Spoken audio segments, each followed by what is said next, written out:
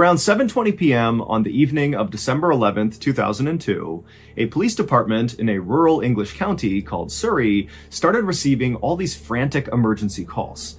Now, all of these calls were coming from drivers on a heavily trafficked highway called the A3, and they all were saying the same things. They had seen this totally reckless driver with super bright headlights that was weaving in and out of traffic and going at high speeds and nearly crashing into people. And then a couple of the callers said they actually saw this car go down the embankment off the side of the highway, and so it looked like they might have crashed. And so, of course, this police department, after getting all these calls, decided to send out a couple of officers to see what was going on. When the two officers got out to the A3 and began patrolling the area on the A3 where all these calls were saying they had seen this reckless driver, they didn't see the driver. They didn't see a wreck on the side of the road. They didn't see any signs of an accident. I mean, there was nothing there. Now, had only one person called in about this wild, reckless driver, at this point, the officers would have chalked this up to a mistake or even a prank. But so many people called in about this one particular reckless driver on the A3 that these two officers decided to just keep on looking and really see if they can figure out where this driver went. And so to this point, the two police officers had been just driving on the A3 to try to find this driver. And so they decided they would park their vehicle, get out, and walk on foot on the edge of the highway because there were these huge forests that lined either side of the A3. In fact, Surrey, the county in England where this was one of the most heavily forested areas in all of England. And so these forests on either side of the A3 were very dense. You could not see very far into them. And so these officers were thinking that it might be possible that this driver, if they were driving as recklessly as all the callers made it seem like, they could have veered off the highway, gone down the embankment, and then because they were going at such a high speed, they could have crashed their way into one of these forests and basically disappeared from view from the road. That in order to see this crash in the forest, you'd have to be basically in the forest. And so these two officers, they pulled over, they got out, and they began walking along the edge of the highway, staring into the forest, looking for a sign of a car wreck. And sure enough, after walking for a while, one of the officers spotted something deep in the woods that looked almost metallic or plastic. Whatever it wasn't supposed to be in the forest. And so the officers made their way into the tree line and began walking through all the trees. And as they got closer, they realized very clearly there was a car. There was a wreck in the forest. And so the two officers, they begin running towards the wreck. They're calling for backup on the radio. They get to this wreck in the middle of the forest, and they're on the driver's side, and they look inside the car, and there's no driver in the driver's seat, but they looked through the car to the passenger side, and they saw the front passenger door was wide open, and on the ground on the other side of the car was very clearly a body. And so the two police officers rushed around the car to get a better look at the body. And when they did, they couldn't believe what they were seeing. It didn't make any sense. Like, what was this? Now, to understand why these police officers were so caught off guard by what they were seeing, we need to go back 5 months to July 16th, 2002. On that night, a 21-year-old man named Christopher Brian Chandler finished up his beer at a pub in West London. And for reference, where this pub was located was about 1 hour north of that stretch of the A3 highway in Surrey where the car was found in the woods. This night, Christopher had gone to this pub with a close friend of his. This was meant to be a fun night out. But, as Chris is finishing up this beer, he began to feel really antsy because it turned out Christopher was actually wanted by police in London for robbery, and so he hated staying in one place for too long. And so the only people who even knew where Christopher was the friend he was with at the bar, and then also Christopher's brother. He knew he was at this particular pub. And so finally, Christopher got so anxious about being in this pub for too long that he told the friend he was with that he just wanted to leave. And so he said goodnight to his friend. The friend stayed at the pub, and Christopher left, got in his car, and began driving south. But Christopher never arrived at the place he was trying to go. He just sort of disappeared, and nobody heard from him again. Christopher's brother eventually would report Christopher missing, but remember, the brother knows Christopher is wanted for robbery, and so Christopher suddenly going on the lam and just disappearing for a while was kind of par for the course, and so the brother really didn't think this was a big deal. And also, the police felt the same way because they know Christopher is trying to elude them, and so it makes sense he would be missing. And so as a result, nobody really followed up on Christopher's missing person report. Everybody just kind of moved on.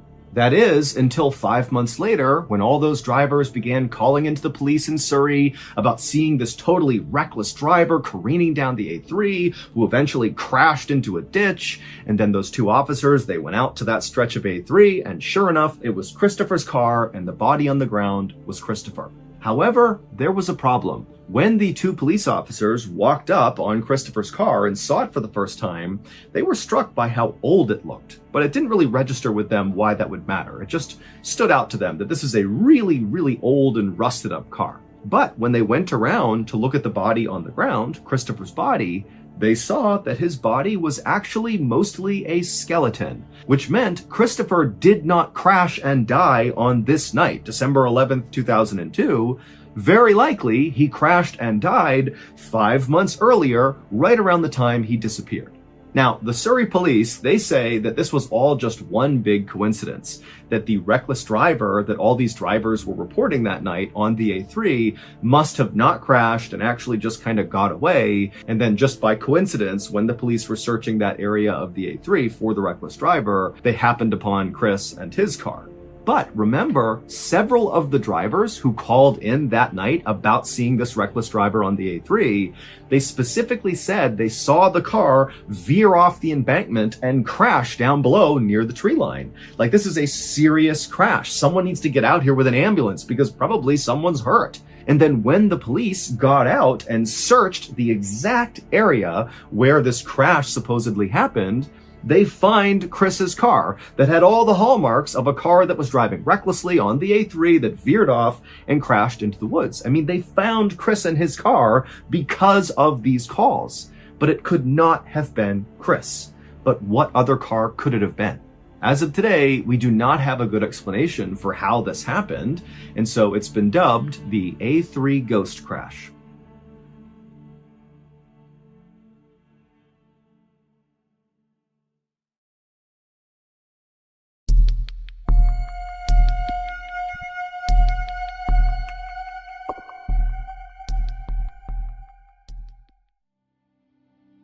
On June 1st, 1937, Amelia Earhart took off from Oakland, California on an eastbound flight around the world. It was her second attempt to become the first pilot ever to circumnavigate the globe. She, along with her flight navigator Fred Noonan, flew to Miami and then down to South America, across the Atlantic to Africa, and then east to India and Southeast Asia. The pair reached Lae, New Guinea on June 29th. A couple days later, on July 2nd, Earhart and Noonan would depart Lae, and they would make their way to tiny Howland Island, which was their next refueling stop, but they would never arrive. What Earhart was trying to accomplish at the time was such a big deal, and so when they disappeared, it was heartbreaking, and it made international headlines, and this huge search is launched for them, but they can't find them, and after 2 weeks, they officially declared they were lost at sea and most likely dead. 3 years later, and 350 miles away from Howland Island, which was the island Earhart and Noonan were trying to get to before they vanished, a British scientist was on this tiny little uninhabited island called Mrballen, and they made a startling discovery. He found an incomplete skeleton next to what looked like the remains of a campfire, and their skeleton was kind of torn all over the place, like they had been ripped limb from limb. Because of Mrballen's proximity to Howland Island, everybody speculated that this has got to be the body of either Amelia Earhart or Noonan. The bones were sent to 2 doctors in Fiji, and they unfortunately said, no, this isn't Earhart or Noonan, this is somebody else. So those bones were ultimately disposed of because no one could claim them or knew who they were, and everybody just kind of forgot about it until 2017, when a forensic anthropologist decided to manually re-examine the measurements of the bones that were taken off of Mrballen Island and compare them to real measurements of Amelia Earhart. And they discovered that clearly those doctors in Fiji had made a mistake, because the measurements of these bones match Amelia Earhart almost exactly. So researchers go back to Mrballen Island and they go to the area where these bones were found near that campfire, and they look around and they find a couple 1930s era bottles, glass bottles, and one of them is a freckle cream, and Amelia Earhart had lots of freckles and she liked to use freckle cream to cover them up. She was kind of famous for doing that. And so they found that freckle cream on this island near bones that look like they belong to Amelia Earhart. So while some scientists are putting their energy into confirming that yes, those bones were Amelia Earhart. We don't have the bones, but we can show you with the measurements and the freckle cream. And there's another picture that apparently shows the landing gear of her plane off of Mrballen Island. So there's some people that are working on that angle. And there's another group of scientists and researchers that are saying, okay, let's assume that that really was Amelia Earhart. Let's figure out what happened to her once she got to Mrballen Island. And the leading theory is horrifying. Although Mrballen Island is uninhabited by people, it is inhabited by one of the scariest creatures on the planet, the coconut crab. They're 3 feet long, they can carry at least 6 times their body weight, and they use their pincers that are as strong as a lion's jaw to rip open coconuts, which is their main source of food. But coconuts are not the only thing they eat. They'll also eat pigs, they'll eat each other, they'll even eat themselves. And they're prolific climbers because they need to get up to get to the coconuts. But in some parts of the world, they use their climbing ability to climb up and grab birds and break their wings with their pincers and then drag them into their underground burrows where they will eat them too. The few researchers and scientists that have gone out to Mrballen Island have said at night, thousands of these crabs will emerge from their underground burrows and they'll go looking for food. And they have a really keen sense of smell and they can smell blood. So when one of the crabs goes up and grabs a bird and starts ripping it apart, the thousands of others will come charging over and swarm the bird because they've smelled the blood, and they'll rip it to pieces and they'll all try to get in on the action. And so the theory goes, Earhart and Noonan are making their way to Howland Island, they get off track somehow and they wind up crash landing 350 miles away on Mrballen Island on one of the reefs. Noonan probably dies on impact, and Earhart, who's badly wounded and probably bleeding, she gets onto the island and she makes her way up to that area where that campfire was found. And for some amount of time, Earhart is able to survive off of whatever she had on her in those glass bottles, but in her weakened state and bleeding, at some point she probably attracted the coconut crabs who one night came out and swarmed her, ripped her to pieces, and ate her. Today, Mrballen Island is only inhabited by the coconut crabs and it's protected land under the Republic of Kiribati. And so if you want to go, you have to get express permission from the Republic of Kiribati, and they send someone to go with you. And there's no airport on the island, so you have to land on a separate island and then ride to Mrballen on a boat. But you have to pass through Cyclone Alley, which means you can only travel there at certain parts of the year, and even then it's incredibly dangerous.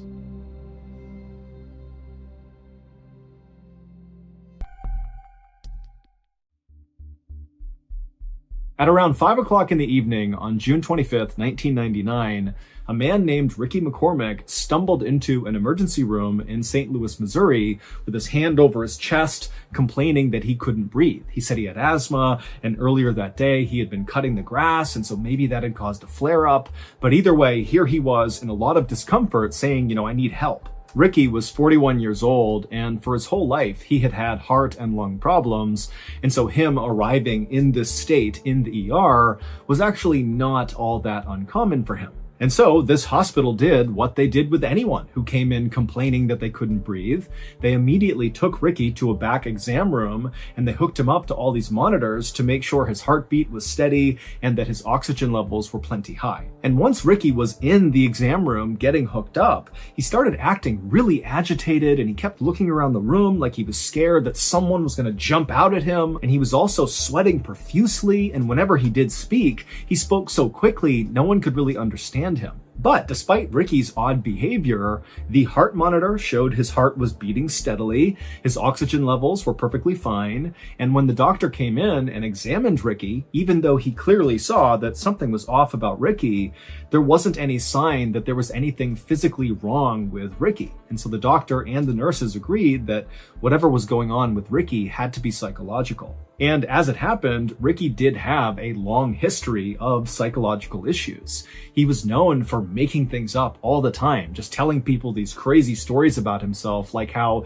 he was this talented singer and he was about to go on tour, or that he was actually a prince, or that he was studying to be a doctor. I mean, things that nobody thought was true, but Ricky would say as if this is just common knowledge. This is who I am. And so Ricky's family, for the longest time, had just assumed that Ricky was either bipolar or maybe schizophrenic. Those are both serious mental health disorders that totally disrupt normal thinking. But Ricky, despite being encouraged by his friends and family to go get help, never got help for any of his psychological issues. And so Ricky's life had kind of gone off the rails. He had dropped out of high school and not gone back to any sort of schooling, and he had spent some time in jail. Now, Ricky was living in a low-income, very dangerous part of St. Louis, which is a big Midwestern city on the Mississippi River that in 1999 had a very serious issue with gang violence. Ricky absolutely hated it there, but he had no way to actually leave St. Louis. In fact, Ricky didn't even have his own place. He bounced around from his mother's place, his aunt's place, and his girlfriend's place. Ricky did work, but the work was very sporadic, and it was for the most part just night shifts for random odd jobs. And when Ricky was actually working, he really just spent his time chain smoking cigarettes and drinking literally gallons of coffee. Back at the ER, Ricky, who was still in the exam room, had only been there for less than an hour when the doctor came back in and told Ricky that he was okay and he was going to be discharged. Now, Ricky immediately said, no, I have to be here tonight. I need to stay here. You need to admit me. But the doctor just kind of ignored what he said and handed him the discharge paperwork. 15 minutes later, when a nurse came back into the exam room to get this paperwork from Ricky, she would walk in and see Ricky still sitting on the exam bed, kind of fidgeting around, looking down at this paperwork on his lap that immediately she saw he had not filled out. He had just signed his name at the bottom. And when she walked in, Ricky looked up at her and he kind of shrugged his shoulders and looked at her and was like, "I don't know how to read or write. Can you help me?" And so the nurse immediately felt bad for Ricky. I mean, he's got dirty clothes on, he looks thin and frail, he's clearly very down on his luck, there's some issues happening with this guy, and he can't even fill out his discharge paperwork. And so she said, no problem. She sat down with him, and together they filled out his paperwork. And then afterwards, when she walked him out of the exam room back to the front of the hospital, Ricky turned to her and said, instead of going home, can you just let me stay here in the lobby just for tonight? And this nurse, who knew she was not allowed to do this, she looked around and saw it was not a busy night there. And so she said, okay, as long as you don't bother anyone, you can stay here. And so Ricky thanked her repeatedly and then walked over to the corner, kind of far away from the front desk and far away from the front door. And he sat down and folded his arms, and then he just stared at the front door. And so this nurse assumed that Ricky actually must be homeless, especially based on, how he came in and how he was acting. And so she figured, he needs a place that's warm to stay tonight. And so the nurse went back to her station, and over the course of the next several hours, she would periodically look out into the lobby, expecting to see Ricky kind of curled up asleep in the corner. But every time she looked out there, Ricky was still sitting upright, arms folded, staring at the front door of the hospital as if he was expecting someone to come in at any moment and he needed to be ready. And so she thought this was unusual, but she decided not to intervene. She just let him sit there and do his thing. Later that morning at 11:30 a.m., when the nice nurse who had allowed Ricky to stay in the lobby was leaving her shift, another crew of nurses came in, and right away they noticed Ricky was just sitting in the corner for no apparent reason. And when they walked up to him to ask if he was okay, what are you doing here? What can we do for you? Ricky, instead of trying to talk to any of these nurses, just got up and walked out of the hospital. After leaving the hospital, Ricky walked to a nearby payphone and he called his girlfriend, Sandy. And when Sandy picked up the phone, she immediately recognized her boyfriend's very familiar voice, but she also picked up that he sounded really tired and kind of out of it. And so when she asked him, are you okay? What's going on? Ricky would tell her that he had just spent the night in the hospital. But he didn't clarify that he had spent the night in the lobby of the hospital, not admitted as a patient at the hospital. But to Sandy, it really didn't matter because already this was raising red flags for her because this was actually the second time that Ricky had gone to the ER just that week. Just a few days earlier, Ricky had been released from a different hospital in St. Louis after telling doctors there that he had had these chest pains and he couldn't breathe. And so he had been admitted for a couple of days, but ultimately they determined that there really was nothing wrong with him. And they too believed whatever was happening with him had to be psychological. And so he had been released. Additionally, Sandy had been growing increasingly worried about Ricky because over the last several weeks, Ricky had begun acting really paranoid, to the point where anytime he was in her apartment and somebody outside the apartment just walked down the hallway, Ricky would jump as if he was worried whoever was out there was going to barge in at any moment. But whenever Sandy asked Ricky, what's going on? Why are you so paranoid? He refused to elaborate. So, feeling very concerned about Ricky, on this phone call, Sandy would say to Ricky, please come to my apartment and let me take care of you. If you're not feeling well, I'll make you feel better. Just please come to my apartment right now. But Ricky said no, he did not want to go to Sandy's apartment. He told her instead he was going to walk to a nearby gas station to get a bite to eat, and then afterwards he would give Sandy a call. And so the two of them agreed to this plan. They hung up.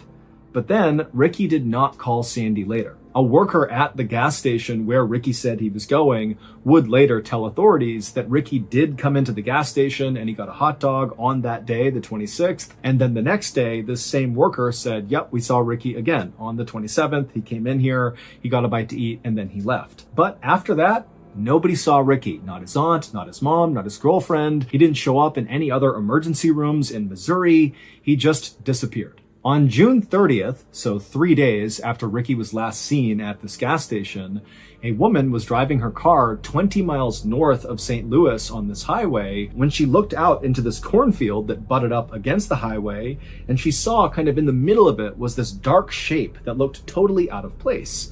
And so she was intrigued enough that she actually pulled over on the road, she got out, and began walking into this cornfield to see what this thing was. And when she got up to this thing and saw what it was, she froze in horror, and then she screamed, turned around, and ran back to her car, and she flew to the nearest gas station, she grabbed a payphone, and she called 911. When the police arrived at this cornfield, they too walked out towards this dark thing, and then finally they saw what this thing was that had scared this woman. It was a dead person who was lying face down. Their body was very badly decomposed. And in fact, their body was just kind of falling apart. Like the fingers of this person's body had just kind of crumpled off of their hands.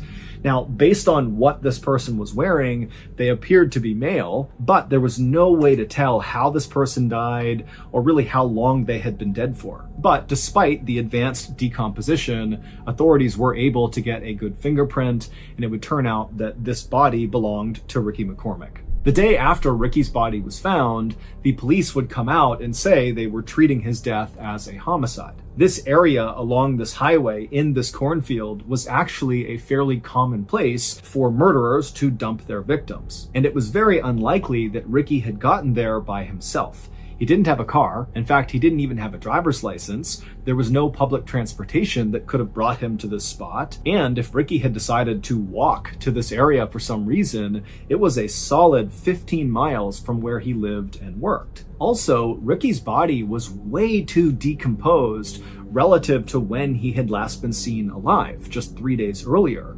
And so there was a theory that perhaps he was killed somewhere else and then kept indoors in heat, and that had accelerated his decomposition, and that at some point whoever had killed him had moved his body and dumped it in this cornfield. And so on that first day of the homicide investigation, July 1st, the police put 18 detectives, so a ton of detectives, on this case, and they also appealed to the public to come forward if you had any information about what could have happened to Ricky McCormick.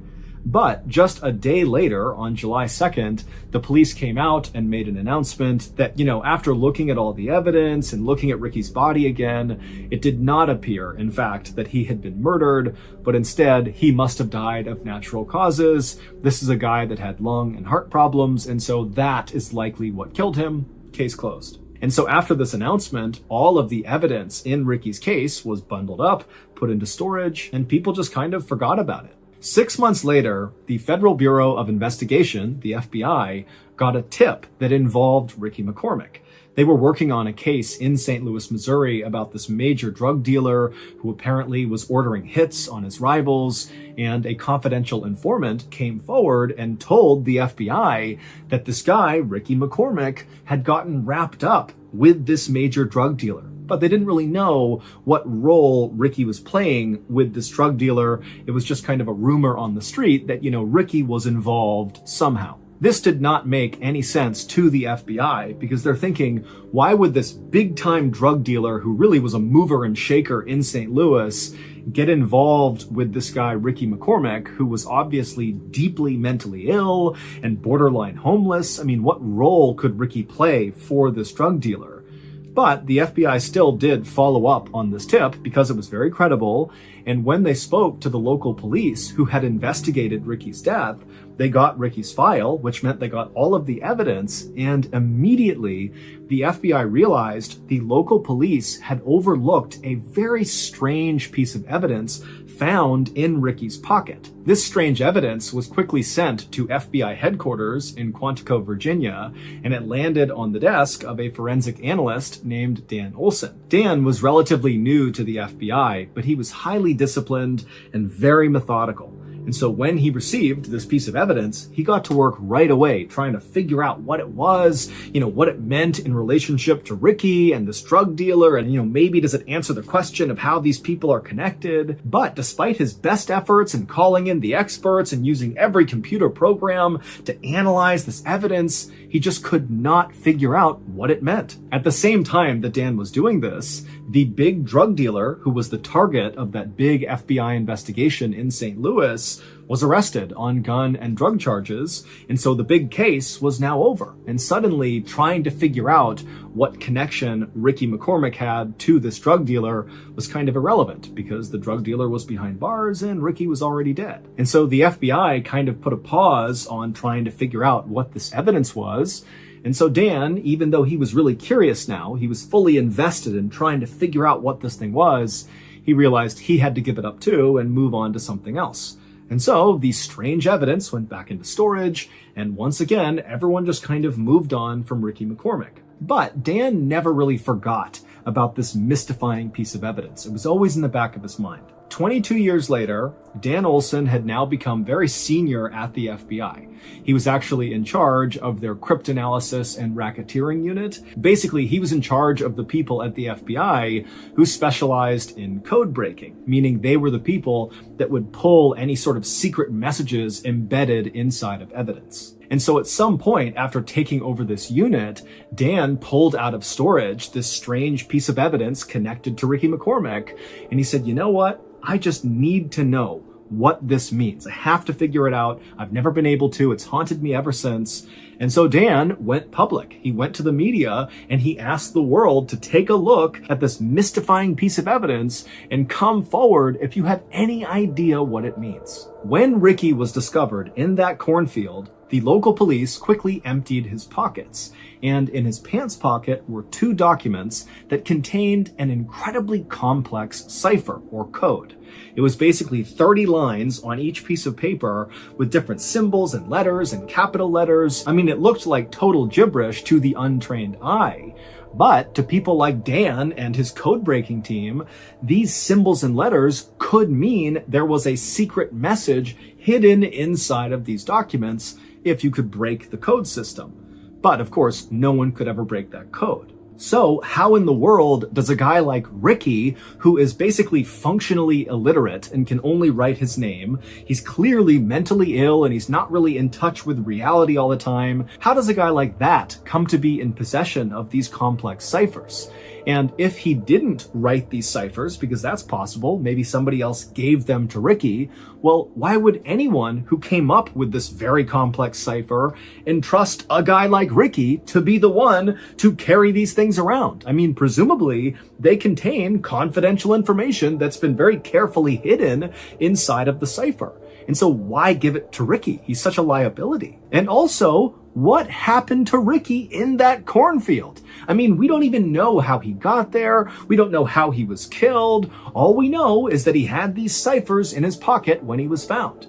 And so many people believe, including law enforcement, that the answer to, what happened to Ricky and what was his connection to this drug lord in St. Louis, if any, or, what was he up to, will all be solved if we can just figure out what these 2 ciphers mean. But as of right now, no one has solved the riddle of what these 2 ciphers mean. All we know is that Ricky McCormick, a couple of weeks before he died, became increasingly paranoid and was so scared of someone or something that he was likely running into these hospitals just to hide out. But eventually, whoever or whatever Ricky was scared of very likely caught up to him and killed him. But until we crack these ciphers, we very likely will have no idea what actually happened to Ricky McCormick. Today, the FBI has set up a special website where you can look at these two ciphers that Ricky had in his pocket, and if you're able to crack them, because someone's going to eventually, you can tell the FBI through this website and potentially help solve Ricky's murder.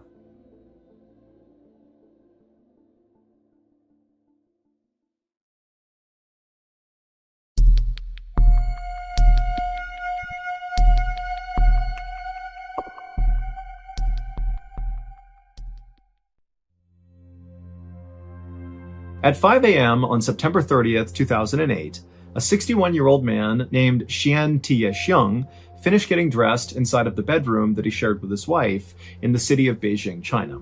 After he finished getting dressed, Xian reached down and scooped up his backpack off the floor that was already packed, and then he carefully walked around his bed, trying to be as quiet as possible, and then as quietly as he could, he kind of tiptoed around the bed to his wife's side to give her a kiss goodbye. Xian was going to be heading out to a local mountain that day for a day hike. And so Xian, he gets next to his wife and he bends down to kiss her, and right as he does that, he accidentally wakes her up. And so his wife opens her eyes and she looks up at him, and Xian just says, I love you. He gives her a kiss and he tells her, hey, I'll be back tonight before midnight. And so his wife, she kind of groggily said, okay, and she grabbed his hand and squeezed it, and she told him that she loved him, and then she fell back asleep, and moments later, Xian had left the bedroom and walked out the front door.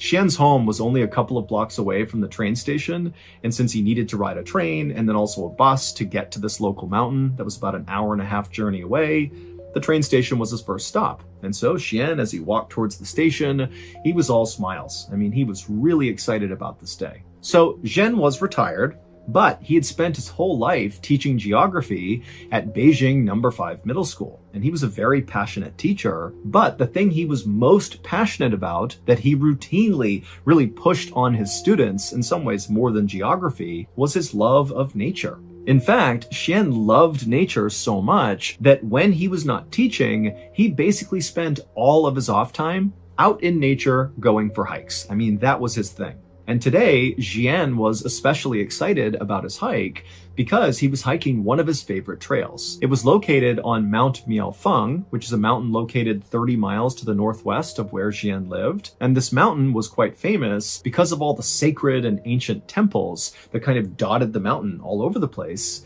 And then also there were all these beautiful roses, like the flower, that would bloom all over the mountain in the summer. And so it's just this totally strikingly beautiful place. And normally Xian would actually hike up this trail and then actually camp out on Mount Miaofeng, mostly because on the summit, there was this incredible view of downtown Beijing. And at night, the view is like spectacular with the city all lit up. But on this particular day, Xian knew an overnight stay was not possible because he had to be back home by the next day because it was his mother's 90th birthday. And he was very close with his mother, and he was not going to miss that. And so Xian eventually made it to the train station. He bought his ticket, he boarded his train, and then he sat down in a seat. And as soon as he did, he opened up his bag and pulled out a stack of papers. For this hike, Xian had packed himself some food and water inside of his backpack. He also packed a newspaper called the Beijing Youth Daily, and he brought along his diary. But his diary was a little bit unique. Xian, because he loved nature so much and didn't like the idea of wasting anything, what he would do when he was a teacher at Beijing No. 5 Middle School, he would just take scrap paper and start writing on that. And he would compile all his scrap paper into these sort of diaries that he would keep. And so the reason he did that was primarily because he was so in love with nature, he hated the idea of wasting anything. And so Xian passed the time on the train by writing in his diary, aka his stack of scrap paper, and also reading this newspaper. And Xian knew he really needed to read the entire newspaper pretty quickly, because by the time he got to the mountain, he was going to do what he always did, which is he would bring a newspaper with him on a hike, and as he walked, he would take out a page periodically and tie it to a tree, kind of marking his way. That way, when he turned around and came back down, he would have his path marked, because Xian did not always walk on a clearly marked trail, and so this was his way of not getting lost. And so Jian would ride the train car, and then he would get off and he would board a bus. And then finally, right around 7 a.m., that bus would come to a stop in the tiny village of Changfang, which is located right at the base of Mount Miaofeng. And so Jian grabbed his backpack, he hopped off the bus, and then began walking through the village towards the mountain. And then by about 7:20 a.m., so not long after Jian had left the bus, he was almost up to Mount Miaofeng when he pulled out his cell phone and he called his cousin. It was a brief conversation, and all Jian really wanted to do was just to make sure his cousin was going to be around the next day for Jian's mother's birthday. And the cousin said he would, and so Jian told him, okay, I'm going hiking today, and I will see you tomorrow. And then he hung up. And then, only a couple minutes later, Jian disappeared into the beautiful forests of Mount Miaofeng. So Jian's wife did not expect to hear from Jian at any point that day because she knew he would have terrible cell phone service up on the mountain. But she did expect her husband to be home on time. He had told her that morning before he left that he would be home that night before midnight. And if you knew Jian, you knew this guy was never late. He said, I'm going to be someplace at a certain time. He would be there. So when 10 p.m. rolled around that night and still Jian was not back yet and he had not called, Jian's wife was actually not worried because she was thinking, okay, well, it's 10. He'll be home in the next couple of hours because he said he'd be here by midnight tonight and he will be here tonight. And so she went to bed expecting to wake up and see Jian in bed with her in the morning. But the next morning when she woke up, Jian was not in bed, so he did not come home, and so his wife immediately was very concerned and began calling Jian's family, and nobody knew where he was. And so that day, the family went to the police, and they reported Jian missing. The local police immediately organized a search for Jian. However, they knew this was going to be a very challenging search. Mount Miaofeng is not some enormous mountain by any means. It's a decent-sized mountain, but, it's really known for having these paths that twist and turn all over the place, so it's pretty easy to get lost. And then also there's a whole bunch of sheer cliff faces kind of all over the place, so if you're not paying attention, you could literally just walk off a ledge. So in short, this is a dangerous and confusing place. And at the same time that this search was happening out on the mountain, the police were also in contact with Jian's cell phone service provider to see if they could track down Jian's cell phone, because obviously if they could find that, they might find Jian too. But the only way a cell phone can be tracked is if the cell phone is on, because when it's on, it connects to the nearest cell phone tower, and that's how these service providers are able to tell where these phones are. They look to see which tower it's connected to. But when Jian's cell phone service provider looked for his phone, they quickly determined his phone was off. So unless the phone came back on again, they would not be able to locate the phone. However, they were able to pull all of Jian's cell phone signal history up until his phone was turned off. And what they found in this signal history is the day before, so the day Jian went missing, his cell phone was on at 4 p.m. that evening, and he received a phone call at 4 p.m. And the service provider was able to see that when this phone call came in, Jian's cell phone was not where they thought it would be. It was not high up Mount Miaofeng. It actually was near the base of the mountain. And when police reached out to the person who had called Jian at 4 p.m., they discovered it was just a friend of Jian's, and this friend said that Jian said he was coming down the mountain now and he'd be home soon. So this new information did basically line up with what Jian had told his family he'd be doing that day, just a quick day hike. Although again, they kind of expected it to be a little bit longer. It seemed a little odd he'd be down the mountain by 4 p.m., but still, this basically lined up with what they thought he was doing. However, this new information did not help explain what happened to Jian. Like, why was he missing? The expectation was he must have gotten lost or hurt or something up on this mountain. Maybe he's stranded somewhere and can't go anywhere. But now, based on this phone call, it sounded an awful lot like Jian was not even on the mountain when he disappeared. So where was he? Police had already checked all the bus stations and train stations in the area, to see if maybe Jian took a different way home or something. But when they went to all these different stations, there was no evidence that Jian had been to any of them. And there was another problem. Members of Jian's family told the police about Jian's habit of tying newspapers to trees to mark his trail as he hiked. And the family told the police that Jian did this every single time he hiked. And his wife told the police that for sure she knew her husband had brought along a copy of that newspaper. So by all expectations, there should be markers up on that mountain, literally leading searchers to wherever Jian went. But after an entire day of searching Mount Miaofeng, they didn't find a single newspaper anywhere. For the next several days, this big search for Jian continued, but nothing was found. That is, until October 7th, so 1 week after Jian had vanished. On that day, Jian's cell phone service provider noticed that Jian's cell phone had suddenly turned back on. And the phone was not on or near Mount Miaofeng.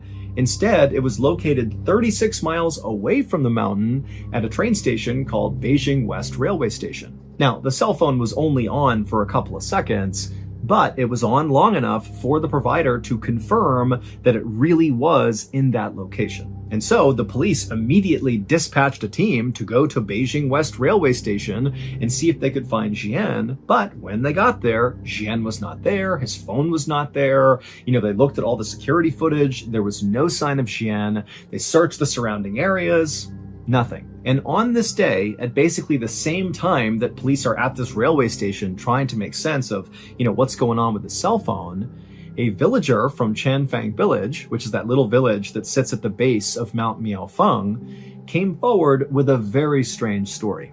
He said on the day that Jian disappeared, this villager was at his little shop. He sold walnuts to hikers that were making their way towards Mount Miaofeng. It was basically like snacks for the hike.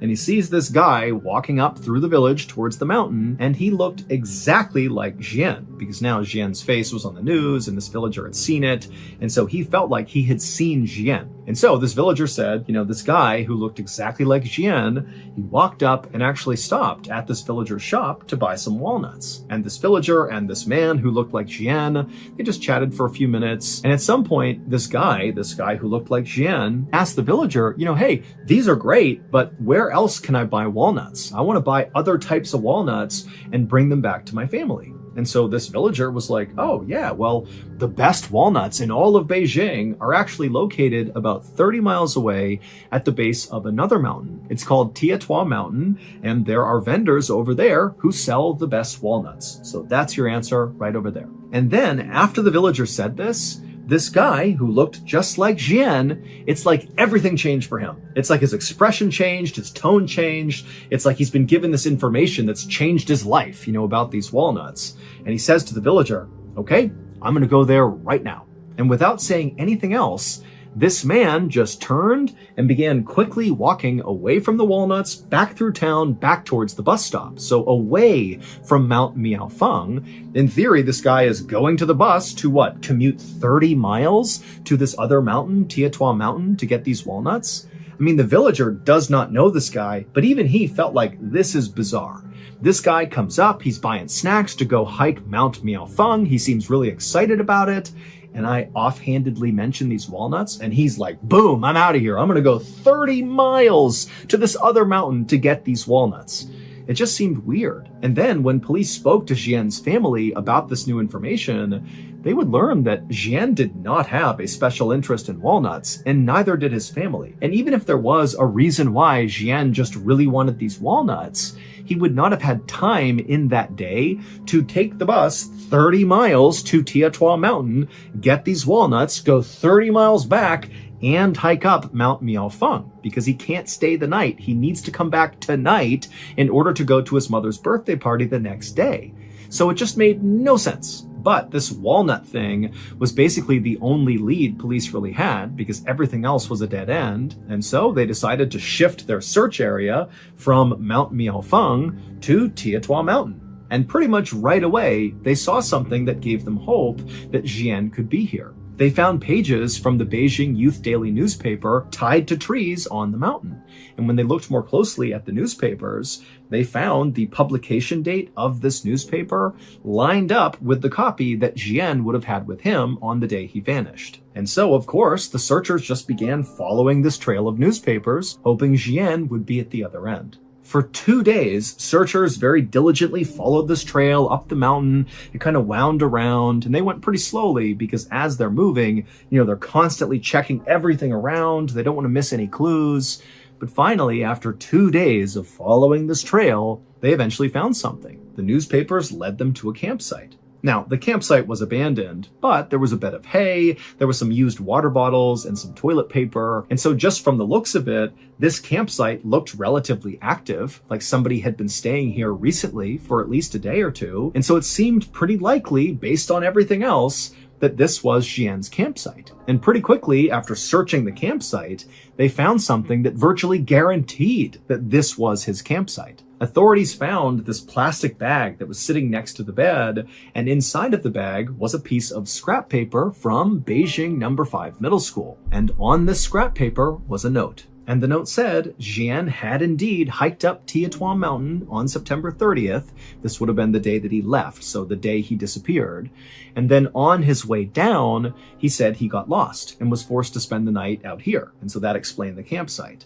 And then on October 1st, so that would have been the day after he spent the night out here, he said he was going to attempt to follow the ridge line down the mountain to a nearby village to safety. And this note ended with the phrase, "Leaving this note here just in case. Love to everyone who passes by." Now, at first glance, this note was like amazing news because suddenly it seemed totally possible that Xian was just fine. I mean, the way the note was written, it sounded like he was at least healthy and safe, albeit I'm sure he was not happy to be stuck up on a mountain, but, he loved being in nature, and so he seemed okay. And then he had a reasonable plan for how he was going to get out of there, follow the ridgeline, go down to a village, go to safety. But as the police analyzed this note, they noticed that some things were off about it. First of all, this note basically directly contradicts other facts of this case. Remember, cell phone records prove Xian got a phone call at 4 p.m. on the day he went missing from his friend, and his friend would report that Xian told him that he was coming down Mount Miaofeng and he'd be home soon. But according to the note they found, that was not possible because the note said Xian at 4 p.m. on September 30th, the day he went missing, he would have been on Tiatuan Mountain, either hiking up or being in the process of getting lost and, ultimately making that campsite where he camped out for at least one night. And so in addition to this factual discrepancy with this note, another issue with the note was just the way it was written. Now, Xian's wife had a chance to look at the note and she would say, "That is my husband's handwriting." But the note contained a bunch of very strange language choices that just didn't make sense for Xian to be using. For example, this note, which really should have been a first-person point of view, Xian has gotten lost, he's by himself, he's writing to the world, kind of letting somebody know what's going on with him, and so it really should have been written in the first person. "My name is Xian, I am lost, here's what I'm doing." But the note was written in the third person. Xian got lost on the mountain, and so he is going to camp out for the night, and tomorrow he's going to make his way out to safety. But despite being written in the third person, it did sound like somebody was talking about themselves. It did not feel like somebody else was attempting to document what Xian was doing. But by far, the weirdest part of this note was the tone shift that happened about halfway through. So the first half of this letter was written, albeit in the third person, but it was grammatically correct and sort of formal, like you would expect from a very well-educated retired teacher. But once you get to that second half of the note, the grammar started being really awkward, and then the very final line, which says, "Love to everyone who passes by," that actually sounds totally awkward in Chinese. So "love to everyone who passes by" is the translation into English, and that basically makes sense to us, like that's not an awkward phrase. But if you put it back in Chinese, it's so awkward. It would be like if I tried to say to you, "I take the bus to work," but instead I said, "To work, take bus." Right? Like I wouldn't say it that way, and it would immediately seem very awkward for anybody who knows me if I wrote or said something like that. And so this last line stood out so much that actually police and friends and family of Xian assumed he must have left that in there as like a secret message or a code, like a distress signal, especially when you consider the other weird factors around this note. But nobody could figure out what it meant. The day after this note was discovered, A searcher was up in the vicinity of Xian's campsite on Tietua Mountain, and they were walking around, kind of retracing their footsteps, looking for new places to search, when they turned a corner, and up ahead they noticed there was this tree kind of hanging out over this rocky cliff, and dangling from the tree was something gray that looked sort of out of place. And so the searcher, sensing this could be a clue of Xian's whereabouts, he yelled out for other searchers in the area that he had found something, and then he took off running towards this thing to see what it was. And when he got up to the tree, he looked up and he saw it was a pair of sweatpants that had clearly been intentionally tied to this branch in the tree. And so the searcher, he reached up and grabbed one of the pant legs and kind of tugged on it. And when he did, all these white things began falling out of the pants and landing on the ground. And when the searcher stopped and looked down to see what they were, he couldn't believe it. It was a whole pile of human bones. However, they were not Xian's. In fact, nobody ever figured out who these bones belonged to or why they were stuffed inside of pants and tied to a tree on this mountain. But the discovery of these bones would open up a whole new mystery, because after these bones were found, all the searchers came over and basically just began combing the area near these bones, and the police began uncovering body after body after body.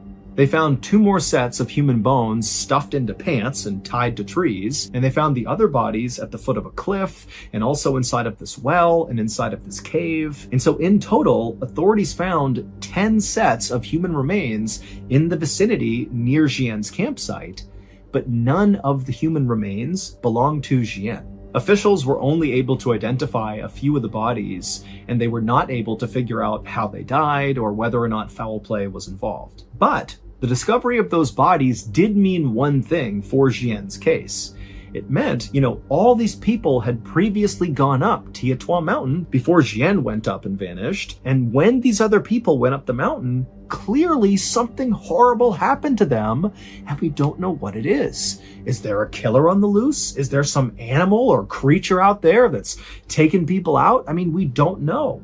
But what started to happen since Xian went missing and his story was all over the news in China is that all these other hikers who've been on Tietua Mountain before have begun sharing their experiences when they hiked up Tietua Mountain, and some of their stories about what they've seen on that mountain are horrifying. One person said they were walking up the mountain. They had their partner with them who was a little bit farther back the trail. And so they're kind of walking up on their own. And the first person, as they're walking up the trail, suddenly sees this guy just kind of come out of nowhere wielding an axe. And he walks up to this person and all he says is, "Are you alone?" And the hiker's like, "No, my partner's back there. They're coming up here. What's going on?" But the axe man, he basically acted like he didn't even hear their answer. And he just asked it again, "Are you alone?" And the hiker was like, "No, my partner's back there." And the axe man again just said, "Are you alone? Are you alone? Are you alone?" And this axe person kept doing that until the hiker and their partner just turned and ran. And then another hiker shared a story about how they were walking up a trail on Tietua Mountain, and at some point they lifted their head up and he saw a little ways up the trail, kind of off the trail, so in the tree line, were all these people, like this group of strangers, just standing there motionless, kind of half behind trees, like they were kind of trying to hide themselves, but also not. And they were just staring at this hiker, unmoving, not speaking, just staring.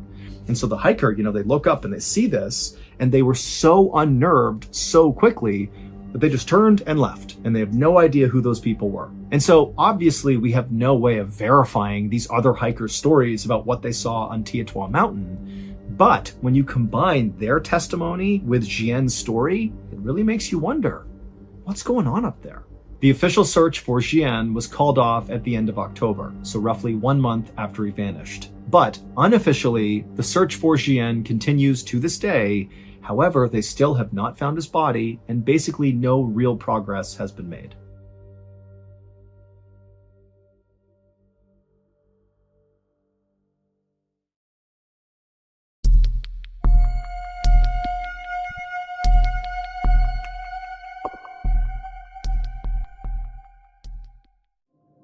At 12:30 p.m. on March 7th, 2015, a police officer named Tyler Beddoes, along with his partner, were driving in his police cruiser near the Spanish Fork River in Utah when suddenly a police dispatcher came on over the radio. And this dispatcher was speaking very urgently and said, hey, a fisherman has just called in to say that he spotted what looks like an upturned SUV partially submerged in the Spanish Fork River right underneath the bridge. And whoever is closest to this bridge, get over there and see if there's anybody inside the vehicle that can be saved.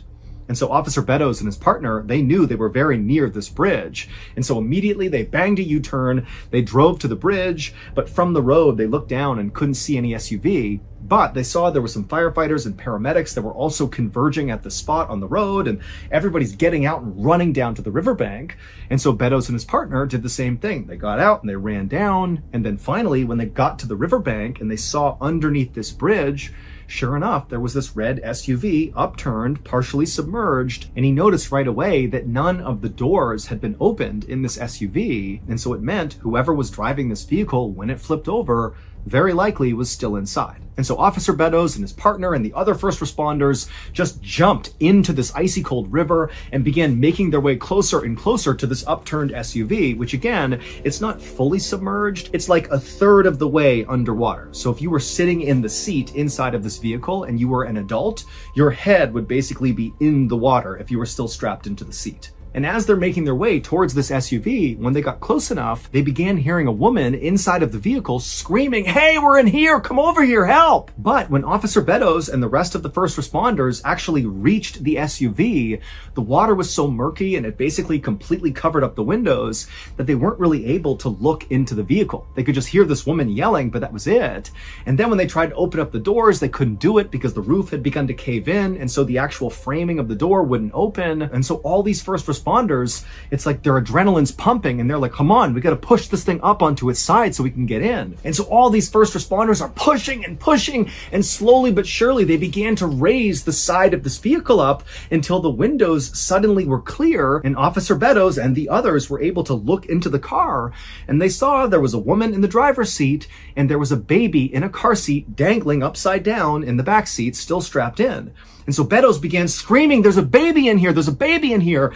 And suddenly it was like everybody got extra strength and they pushed this vehicle all the way up onto its side. And then one of the firefighters climbed up onto the side of the car, which now was the highest point of the car. And he reached in and he clipped the straps holding the baby who had been upside down, dangling there, cut the straps and pulled the baby out and handed the baby over to Officer Beddoes. And then the firefighter began doing the same thing to get the woman out.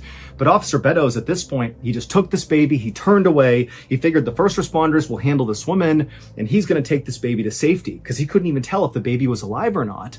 And so he's cradling this baby, he's rushing back through the water, back to the riverbank, and then he hands the baby over to the paramedics. And right as he does, he sees this little baby begins to move its arms and flicker its eyes, and he wanted to weep out of relief that this child was okay. They put the baby onto a stretcher, they put the baby in the ambulance, and they whisked the baby away to the hospital where this baby would survive. But after the baby had been taken away, Officer Beddoes turned his attention back to the SUV and back to the woman to see how she was doing.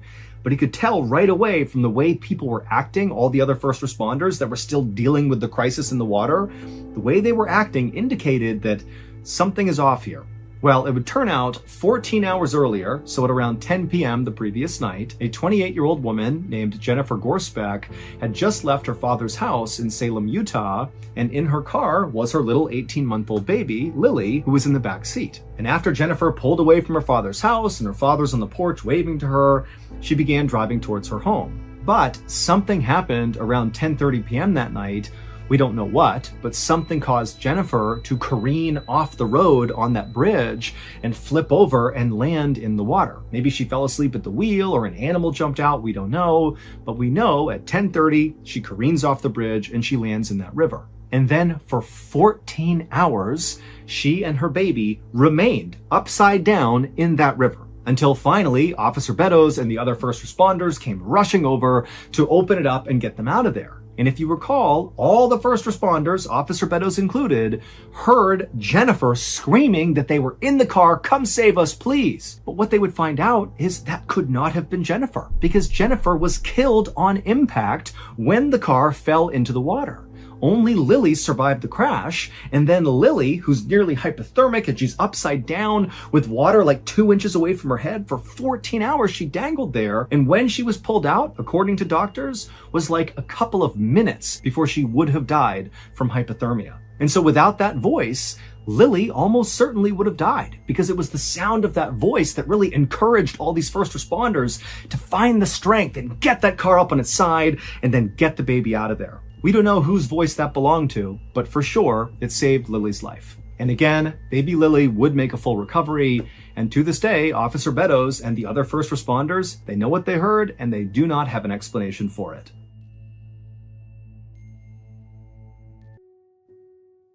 On the afternoon of Friday, February 7th, 2003, a 52-year-old woman named Monique Lejeune cleared the table after lunch at her house in Cologne, France. Her husband, Claude, and two of her adult sons, Franck and Pascal, were at the table. And while Monique cleaned up, the men talked over what they needed to pack for the overnight trip they were about to take.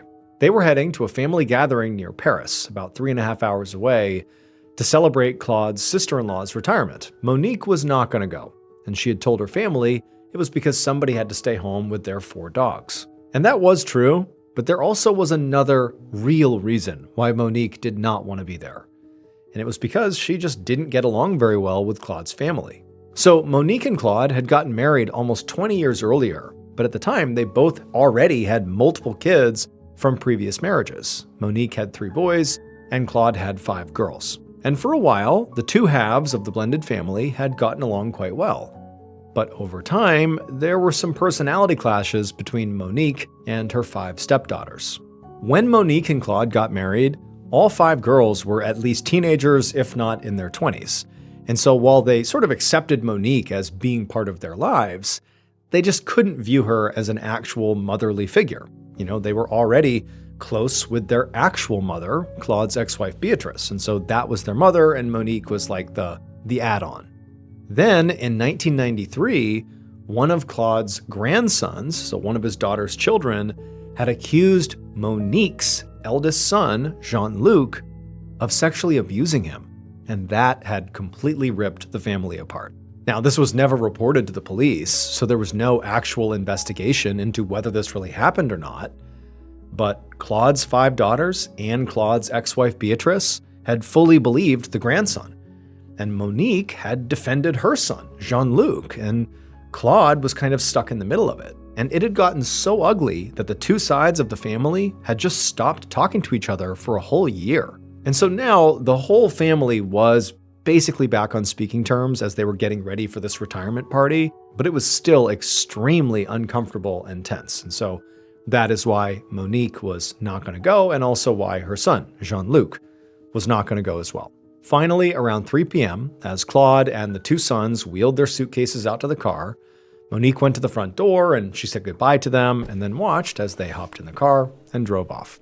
A few hours later, around 6:30 p.m., Monique heard a knock on the front door, and when she opened it, it was her son Jean-Luc, and he was standing there holding up his bicycle. He told his mom he was just stopping by on his way home from work.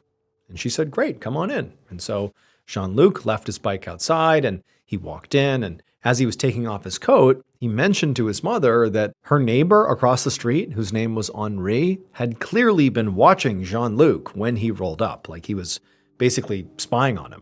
And Monique actually kind of was spooked by that, because Henri was a bit of a loose cannon. For example, anytime anybody parked their car in front of Henri's house, he would shamelessly vandalize their vehicle by slashing their tires or pouring oil all over their car. I mean, the guy just didn't care. In fact, over the years, there had been several heated arguments between Monique and her sons and Henri about parking. And in fact, one of those arguments had even escalated into a physical fight. But since Jean-Luc had shown up tonight without a car, he rode his bike here, Monique just hoped that, whatever issues Henri had, that it wouldn't go anywhere, because there's no car in front of his property, like, we didn't do anything, leave us alone. Monique led her son into the kitchen, where she poured 2 glasses of sparkling wine, and then the two just sat there and chatted for about half an hour, and then Monique gave her son a haircut, and then around 7:05, Jean-Luc said goodbye to his mom. He went outside, hopped on his bike, which had not had its tires slashed by Henri, and he left to go to his apartment with his wife to have dinner. After Jean-Luc was gone, Monique just sort of went about her evening.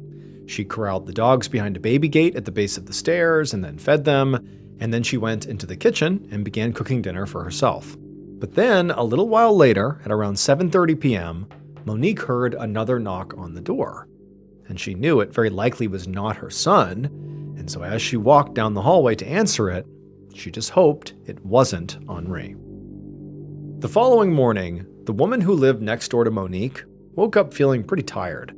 She hadn't slept well because someone's dogs in the neighborhood had been barking all night. She got out of bed and walked over to the window and opened up the blinds, and as her eyes adjusted to the light that was flooding in, she looked down from her second-floor window into the yard of the two-story white house that was next door, Monique's house. And the neighbor saw there was something dark in the middle of the walkway that led to the front door of Monique's house. And so the neighbor, she put her face right up to the window and she squinted to get a better look. And she realized what she was seeing was a body lying face down on the pavement. And so in a panic, this woman ran out of her room, grabbed the phone, and called the police. A couple hours later, Judiciary Police Captain Anne Preem pulled up in front of a white two-story house with crime scene tape and a medical examiner's van right out front. As Preem got out of her car, a police officer walked over to her and led her to where the body of a woman was lying out in the front yard. The officer told Preem that the victim, Monique Lejeune, had been discovered exactly like this by her neighbors earlier that morning. And based on the progression of rigor mortis, the medical examiner estimated that Monique had likely died between 8 p.m. and midnight the night before. Preem bent down to get a better look at the body, but even before getting up close, she knew this woman had sustained just gruesome injuries. There was blood all over Monique's face and her clothes, and her torso appeared completely ripped apart by what appeared to be stab wounds. Preem guessed, just from looking at the scene, that this woman must have been murdered and likely was stabbed, just at first glance, at least a dozen times. Preem also noticed pretty obvious defense wounds all over Monique's hands and forearms, which certainly suggested again that she was murdered and that Monique had put up a pretty good fight against her killer.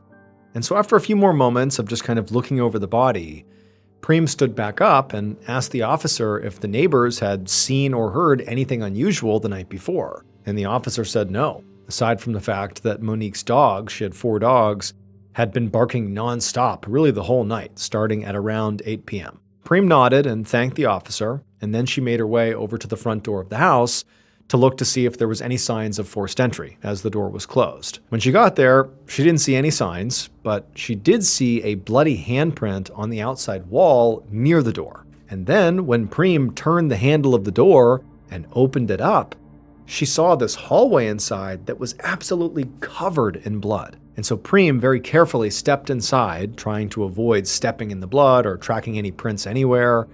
And she began walking down the hallway very carefully and looking in other rooms. And she saw that for the most part, the blood spatter was pretty well contained in the entryway, which told her that the attack on Monique likely began and ended in the entryway. And so her running theory was, okay, Monique must have had someone come to the door, they knocked or whatever, and then Monique opened the door and was attacked immediately. But then, as Preem stepped back outside, she looked down at the front walkway and noticed something kind of unusual. Despite all the blood right inside the front door, there was no blood at all on the walkway between the door and the spot where Monique's body was found. And just from the amount of blood that the victim had clearly lost inside the house, Preem doubted that she would have been capable of running out into the yard after the attack. So she had to wonder if maybe the body had been moved post-mortem. And Monique was a large woman, so if her killer had been able to overpower her, one, and then also move her body such a far distance after she was dead, Preem assumed that whoever her killer was likely pretty strong. In fact, Preem just kind of assumed that the killer had to be a big, strong man. However, what Preem didn't understand was why would the killer want to drag a corpse out into the yard where the neighbors could see them? Unless, for some reason, they wanted Monique to be found as soon as possible. And since at least at this point, it appeared like Monique likely had gone to the front door and opened the door for her killer, Preem thought that the killer must be someone that she knew.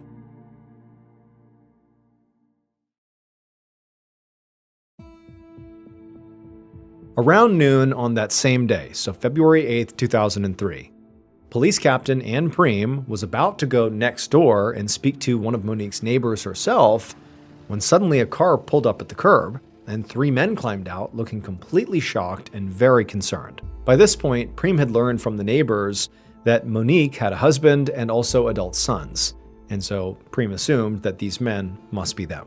So right away, Preem hurried down the walkway to cut the men off, to keep them from entering the crime scene. And the 3 men, they just began crowding around her, asking her, like, what's going on? Where's Monique? What's happened? And she told them that, unfortunately, Monique had been stabbed to death. And at first, all 3 of them just went completely silent. And then one of the sons, just began to cry.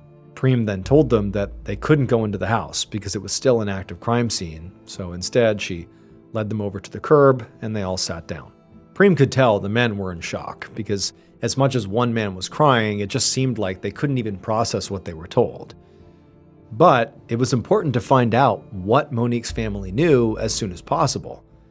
So Preem pulled out a notepad and gently asked them about the last time they had seen Monique. The husband, Claude, said that they had all left the house around 3 p.m. the previous afternoon, leaving Monique at home alone.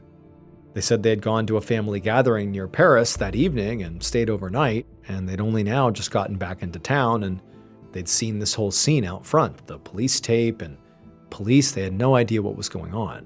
Eventually, Preem asked Claude to tell him all the names of all the people in their family, all their adult children, Claude's ex-wife, Monique's ex-husband, everybody. But as Claude was giving this information, he told her that he just couldn't imagine anybody in the family being involved in this. Preem nodded, but she knew that it was entirely possible that family was involved. I mean, unfortunately, this stuff does happen. But she didn't give that off. Instead, she just said, well, can you think of anyone who would want to hurt Monique? And Claude thought about it and just said no. She lived a pretty normal and uneventful life. But then one of the sons piped up and mentioned that actually there might be someone. He said her neighbor, Henri, and he pointed across the street at the house. A minute later, Preem was knocking on the front door of Henri's house. And after a few seconds, a middle-aged man answered the door. And he was very curious about what was going on across the street. And eventually, Preem told him that, well, your neighbor Monique has been murdered.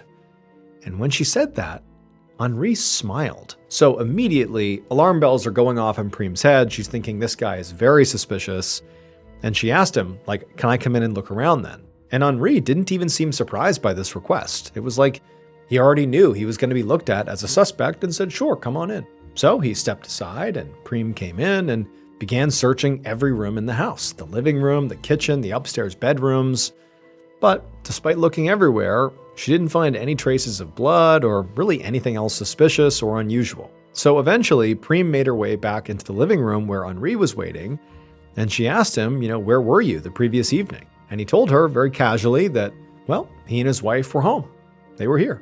Preem thought this was a pretty weak alibi, but she made a mental note to follow up with the wife and confirm it later. Next, Preem asked Henri if he had seen or heard anything out of the ordinary the night before.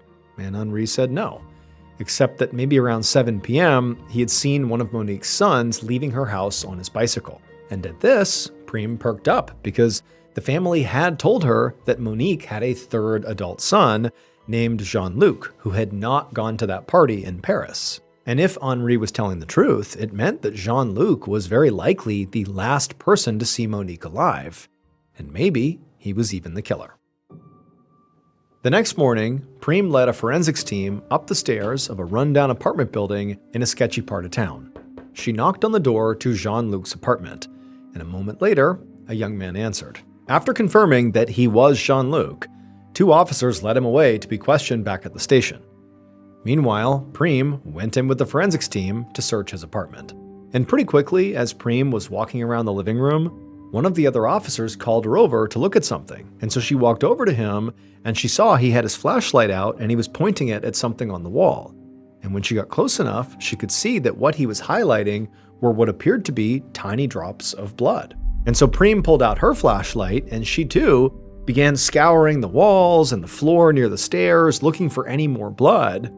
And she found a few more red droplets near the doorknob to a closet. And so she opened the closet up, and inside was a bike. And she shined her flashlight on the bike, on the wheels and the frame, and she saw all these reddish-brown splatters all over the underside of it, as if whoever had ridden this bike last had basically drove through a puddle of blood. An hour later, Priem walked into an interrogation room at the police station where Jean-Luc was sitting with his head in his hands. He looked up as she entered, and he had this very scared and confused expression on his face. Priem sat down across from him and right away asked him what he had been doing at his mother's house on the night of February 7th. Jean-Luc said he had just stopped by after work, as he often did, and he only stayed for maybe half an hour before riding his bike back home. When Priem asked him if he had gone straight home afterwards, Jean-Luc said no, he hadn't. He explained that his wife's brother, Christophe Gressier, lived in the same apartment building as they did on the floor right below them. So before going up to his own unit, he said he just stopped by to chat with Christophe for a few minutes, and then after that, he spent the rest of the night in his own apartment with his wife. However, to Priem, she felt like there had to be more to this story because they had found what appeared to be droplets of blood sort of scattered throughout Jean-Luc's apartment, and then, there was blood, or at least what appeared to be blood, on the underside of his bike. And so she figured, maybe if she pushed hard enough, she might be able to get him to change his story. So she told him point blank they had found blood in his living room, and they were now sending it to the lab for analysis. And when Jean-Luc heard this, his face went bright red, and he began stammering that the blood was very likely from a neighbor who had injured himself while visiting a few days earlier. Priem nodded, but then told him, they'd also found blood sort of all over his bike. And Jean-Luc, he sort of hesitated and stuttered and stammered, but really couldn't come up with any way to explain that. At this point, Priem felt like she had Jean-Luc right where she wanted him. So she just told him to be quiet for a second and just roll up your sleeves so she could look at his arms. Priem knew, based on the defensive wounds on Monique's body, that she likely had fought back really hard, and she must have left at least a few scrapes or bruises on her killer. However, when Jean-Luc finally, rolled up his sleeves, Priem didn't see a single scratch or bruise on his hands or arms. A few minutes later, Priem left the interrogation room and walked to her office. Despite the lack of defensive wounds, Jean-Luc was definitely still acting suspicious, and she was not ready to let him go. But she also didn't want to get tunnel vision and completely ignore any other suspects, in case the blood inside of Jean-Luc's apartment did turn out to just be a big coincidence. So she sat down at her desk, and she opened up a file, and she began flipping through the notes of interviews that her team had already done with the rest of Monique's family and her neighbors. Monique's sons had mentioned in their interviews that there was definitely some tension between Monique and her 5 stepdaughters. But officers had spoken to all the stepdaughters as well as their husbands, and even though some of the women had admitted they still had an issue with Monique, they all had alibis, both the women and their husbands, for the night that Monique was killed. Also, several other family members had mentioned that Claude's ex-wife, Beatrice, definitely did not get along with Monique. But officers had tracked down Beatrice, and she just didn't seem like a very strong suspect. Beatrice had said, for the most part, she and Monique, even if they didn't get along, they just stayed out of each other's way, and that they hadn't seen each other in over a month. And also, Beatrice was remarkably tiny and frail. She was barely 4 foot 9 inches tall and 58 years old and just seemed really weak. So it just seemed almost impossible that she could have overpowered the much larger Monique and inflicted the injuries that were inflicted on her and then dragged her out to the front yard. It just seemed sort of impossible. And so, even though she wasn't totally ruled out, for the most part she was. Just then, there was a knock on Priem's door. And when she looked up, she saw there was another officer standing there. And he told her there were 2 people here who wanted to speak to her. Priem nodded, and then a moment later, a very nervous-looking middle-aged man and woman came into the office. They sat down across the desk from Priem, and the man said they had information that could help with the Monique Lejeune investigation. Priem sat up and grabbed a notepad and said, "Okay, tell me what you got." And she began writing as the man explained that he was a co-worker of Christophe Gressier. And Priem immediately recognized that that was the name of Jean-Luc's brother-in-law, the one Jean-Luc said he had visited on the night Monique was killed. That was the person he saw apparently right after he left Monique's house. The man sitting across from Priem said that just a few hours ago, he'd gotten a call from Christophe's number. But when he answered it, all he could hear was a sort of muffled conversation between 2 women. And at first, this man thought what he was hearing was just an accidental call, maybe by Christophe's kid who was just pressing buttons at random. However, the man said when he put his phone on speaker, he and his wife, who was the woman he was with, they both started listening really closely, and they were able to make out a snippet of the conversation. The two women on the line were clearly talking about needing an alibi and saying something about a man named Jean-Luc. First, the women had said something like, "It's not Jean-Luc's fault, he's depressed."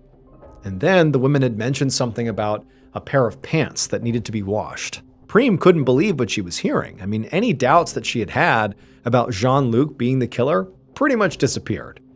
And so she took down the couple's names and contact info, showed them out of her office, and then once they were gone, she grabbed her keys and she headed out to go to Christoph's apartment.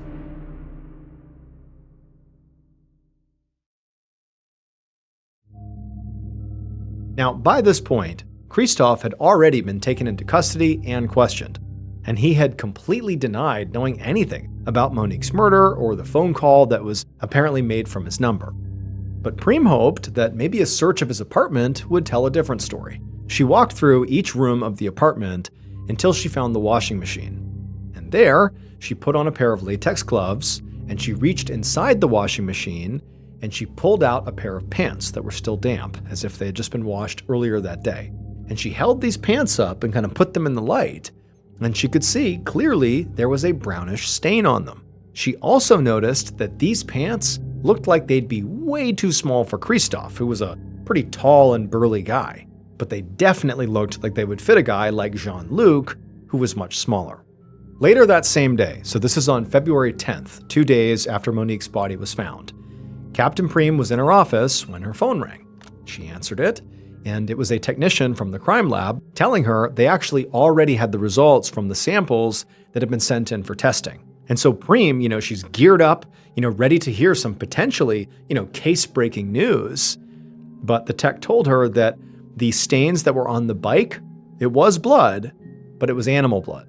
He went on to say that the other little droplets of blood that were in Jean-Luc's apartment, like on the walls and near the door handle of the closet, it was blood, but not a match for Monique's. And then also those pants that had been found, that stain on the pants, that wasn't blood at all. That stain was just grease. Prem was very frustrated because in her mind, she had sort of zeroed in on Jean-Luc. It really seemed like he was their guy. But now they really had no physical evidence against him.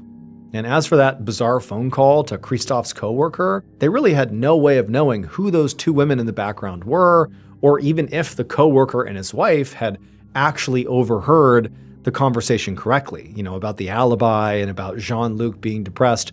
Who knows if they actually heard that. So Prem thanked the lab technician for calling with the update, despite how disappointing it was. And she was about to hang up when he told her to wait, because he had one more piece of news for her. He told her that during Monique's autopsy, the medical examiner had actually found DNA under Monique's fingernails, and it was very likely skin cells from her killer that had been scratched off during the struggle. The technician said it would take at least another few weeks to analyze it, but once the results came back, they could definitely test it against DNA samples from any of their suspects, and maybe it would be a match. This definitely gave Prem some hope. And after she hung up, she began making a list of everyone they would need to get a DNA sample from so they could test against it. She definitely knew she would need one from Jean-Luc and Christoph, and then also that neighbor Henri seemed like a strong suspect too. Prem had actually spoken to Henri's wife and confirmed that, at least according to her, they were together that whole night Monique was killed. But she also knew that spouses were very likely to lie for each other, so it was a flimsy alibi. So at this point, Prem felt like she definitely had 3 good potential suspects to get DNA from. But realistically, that was where her list ended. The rest of Monique's family had been ruled out by this point, and none of the other neighbors really seemed like suspects. And by all accounts, Monique lived a pretty quiet suburban life and just didn't really get into trouble with anyone, so there really was no one else. And so to Prem, it just felt like something was missing here. Like, in the time I have between now and when the analysis is done on that DNA underneath Monique's fingernails, I need to see if there's something I've missed. And so over the next few weeks, that's what Prem did. She pored over all the evidence they'd collected, and she re-interviewed all the family members and spoke to all the neighbors. But despite this huge effort, nothing new came up that brought any other suspects into view. However, at the same time, this is early March by this point, maybe 3-4 weeks after the tech had said they would test this DNA, Preem got another call from the crime lab, and the technician said that the DNA analysis had come back. And even before they tested it against any specific suspects, the results were already enough to narrow down the field significantly. And when Preem heard what the tech had to say about the analysis so far, she realized that this was, in fact, the missing piece of information that she needed. Based on this revelatory DNA evidence and also an eventual confession by the killer, this is what police believe happened to Monique Lejeune on the night of February 7th, 2003. The killer walked up to Monique's front door and knocked, and a few seconds later, the door opened and Monique was standing there. But instead of inviting the killer inside, Monique just kind of crossed her arms and stared. At this point, the killer began to speak. However, what was supposed to be a polite conversation quickly escalated into an argument, with both of them hurling insults back and forth. And then at some point, Monique slammed the door in the killer's face, but before she did, she said one last thing that was apparently so inflammatory that it pushed the killer over the edge. And so without even stopping to consider what they were doing, the killer, after having the door slammed in their face and hearing this totally inflammatory line, they stormed over to their vehicle, which was parked nearby, and they grabbed the knife they kept under their seat for self-defense. And they carried that knife right back to the front door and knocked again. And as soon as the door opened, the killer pushed their way inside, and with a surge of rage, they just started stabbing. But Monique was very strong and big, and she knocked the killer to the ground and actually pinned them there. But the killer managed to wrestle their arm free that was holding the knife. But Monique, she kept fighting back. I mean, this was an epic struggle. And also, the whole time this is happening, Monique's 4 dogs have basically come over to the gate, which butted up against the entryway, and they're watching this happen. And they're barking like mad, and Monique is screaming out in rage and panic and pain, until finally they were able to break away from Monique, who kind of had them pinned, despite, getting stabbed repeatedly. And then once the killer was free, they turned and bolted out of the house. The killer ran across the yard, got in their vehicle, began pulling away, and as they did that, they saw Monique stumble out the front door. She took a few steps down the walkway and collapsed to the ground. But the killer didn't wait around to see if she was really dead. Instead, they sped away. And then they stopped at a supermarket parking lot and threw the murder weapon, the knife, in a trash can. And then the killer went home, and they burned their bloodstained clothes in their stove. They thought that would be enough to destroy any evidence linking them to this crime, especially considering the fact that they knew they were like the last person anybody would suspect of such a horrible, violent murder.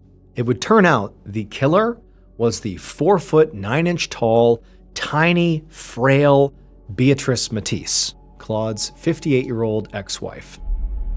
In her confession to police, she claimed she had gone to Monique's house that night to finally, bury the hatchet after years of feuding between the two sides of Claude's family. But she said the bad blood ran way too deep, and when Monique apparently insulted Beatrice's daughters, that was the last inflammatory line as she shut the door, Beatrice said she snapped.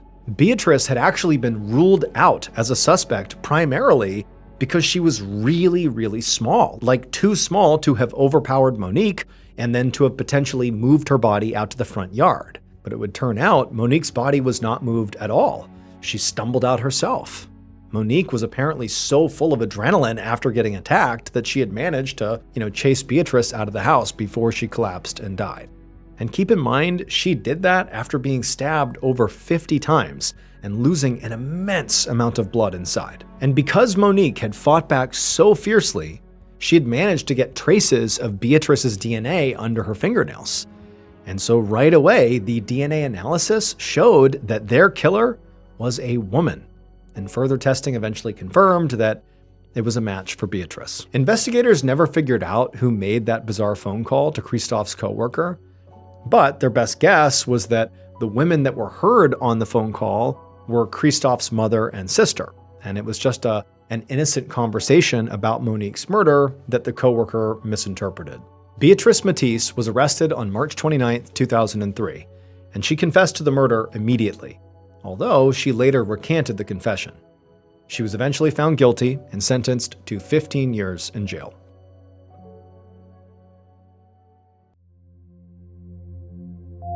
On the morning of February 28, 2005, a 64-year-old man named Michael Lefkow limped down the stairs inside of his home in Chicago, Illinois.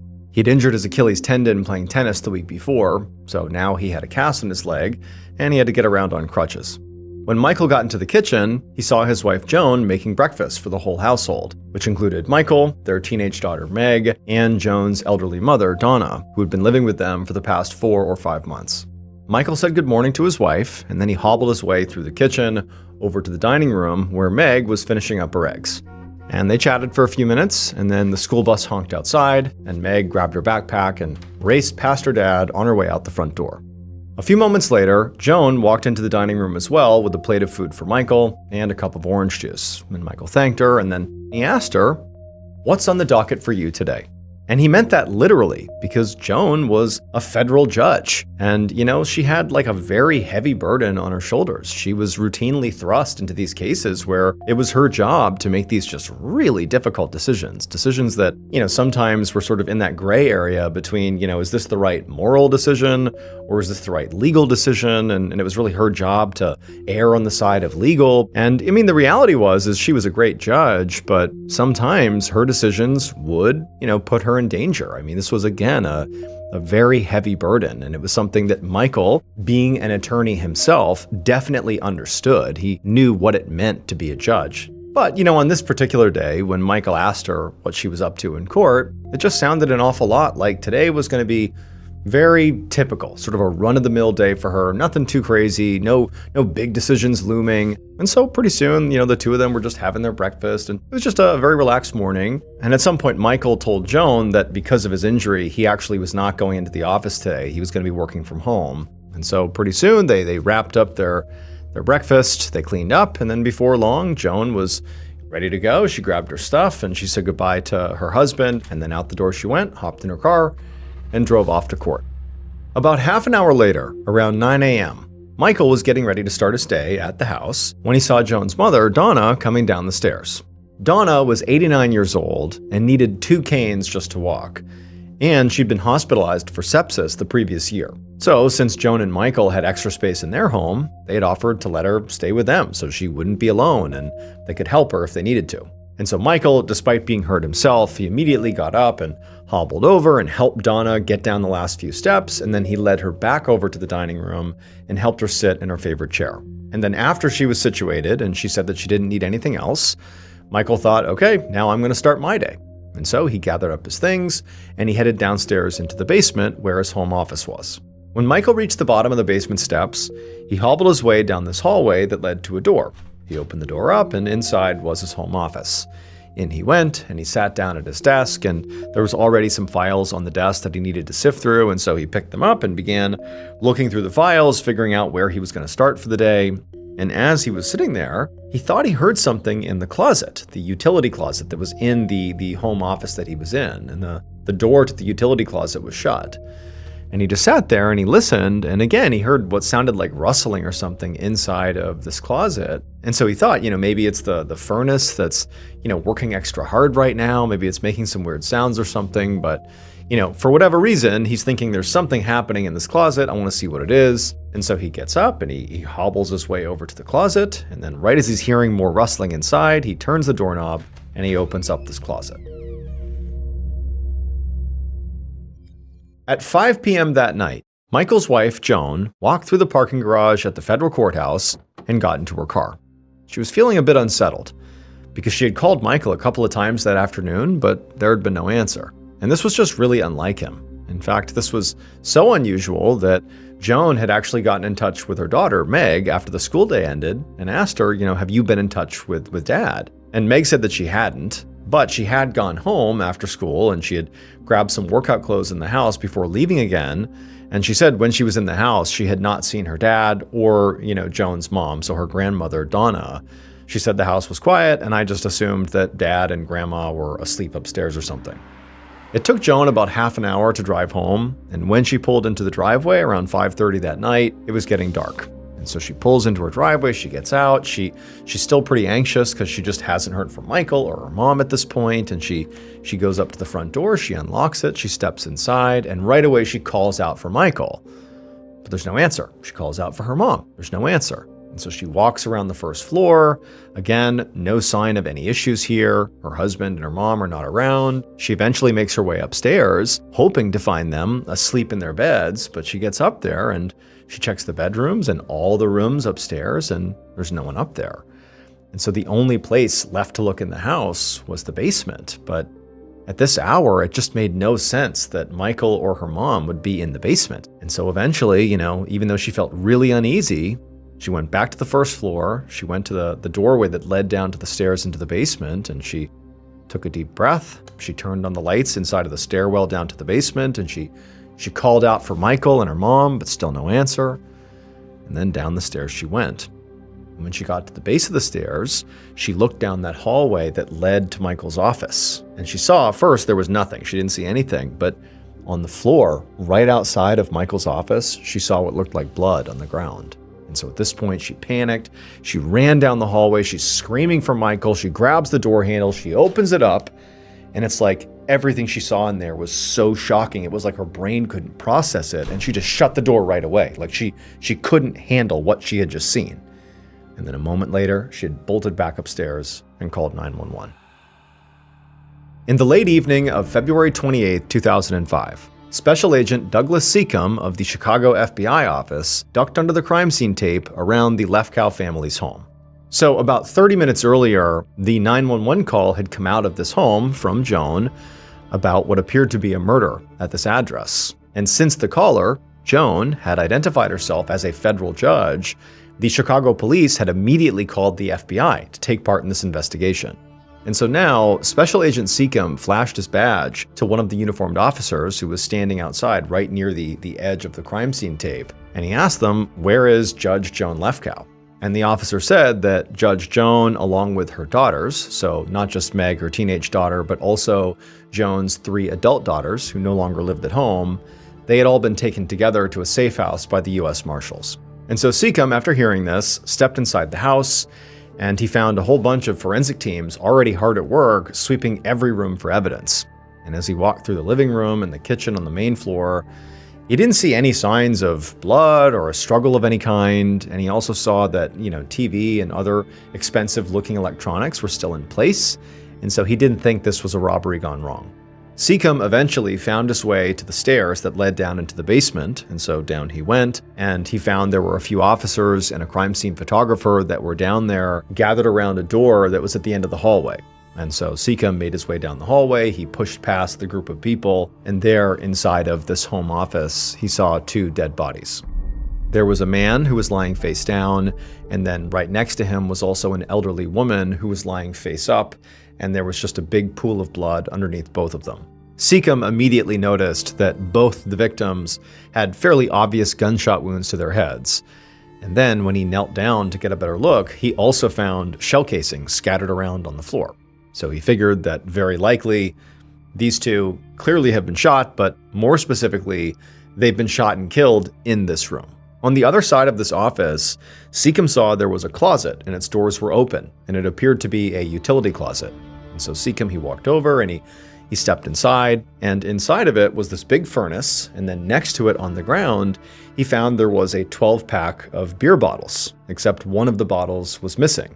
And so Seacombe looked around inside the closet, he didn't see the 12th bottle, and then he turned around and looked back into the office. And as he's looking back into the office, he notices there's this window high up inside of the office, and it actually was out to the ground floor, because this is a basement, right? This is a window that leads to the first floor of the house, if you will. And there's like a cutout inside of the office, like a windowsill, almost like a ledge that is part of this window, right? So you could actually place things on this windowsill if you wanted to. And he looked up into this window and he saw there was a single beer bottle sitting on that windowsill, on that ledge. And also he saw the window itself was shattered. And so right away, Seacombe's thinking like, okay, did the killer leave behind this beer? And if so, why? Like, is this a message? Are they leaving the bottle here on purpose for us to find it? Or is this a mistake? And so Seacom, he called for a forensics officer to come over and bag this additional bottle, the 12th bottle, and swab it for DNA and fingerprints in case, this was left by the killer. And so the forensics officer, he placed this bottle inside of a plastic bag, and then he asked Seacom to leave the office and head upstairs for a minute so that he and his team could spray the entire basement with a chemical called leucocrystal violet, which can illuminate traces of blood that are not necessarily visible to the naked eye. And so as Seacom left the office and began making his way upstairs, he began thinking about what he had just learned. So you have a broken window leading into the home office where it appears the shooting took place. And the fact that, the window was broken does suggest that's how the killer or killers got in. And if that's the case, it likely means the killer or killers did not know the victims personally. They didn't have a key to the house, for example, or they weren't going to be let in if they showed up at the front door. But then you have this weird beer bottle thing. Like if the killer left behind beer in that utility closet and this extra beer bottle up on the ledge of the window, that feels really sloppy. And so that's sort of at odds with the idea that this was like an intentional, outsider coming to do this hit. And then he's also thinking like, the elephant in the room here is that Joan, Judge Joan Lefkow, this is her husband and her mother. Was that intentional? Were they trying to sort of indirectly hurt Judge Joan? Or was Judge Joan the target? Or was this coincidence?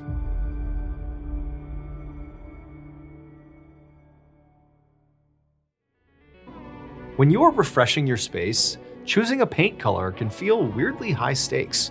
Will that seafoam green that you loved online look more like split pea soup on your walls?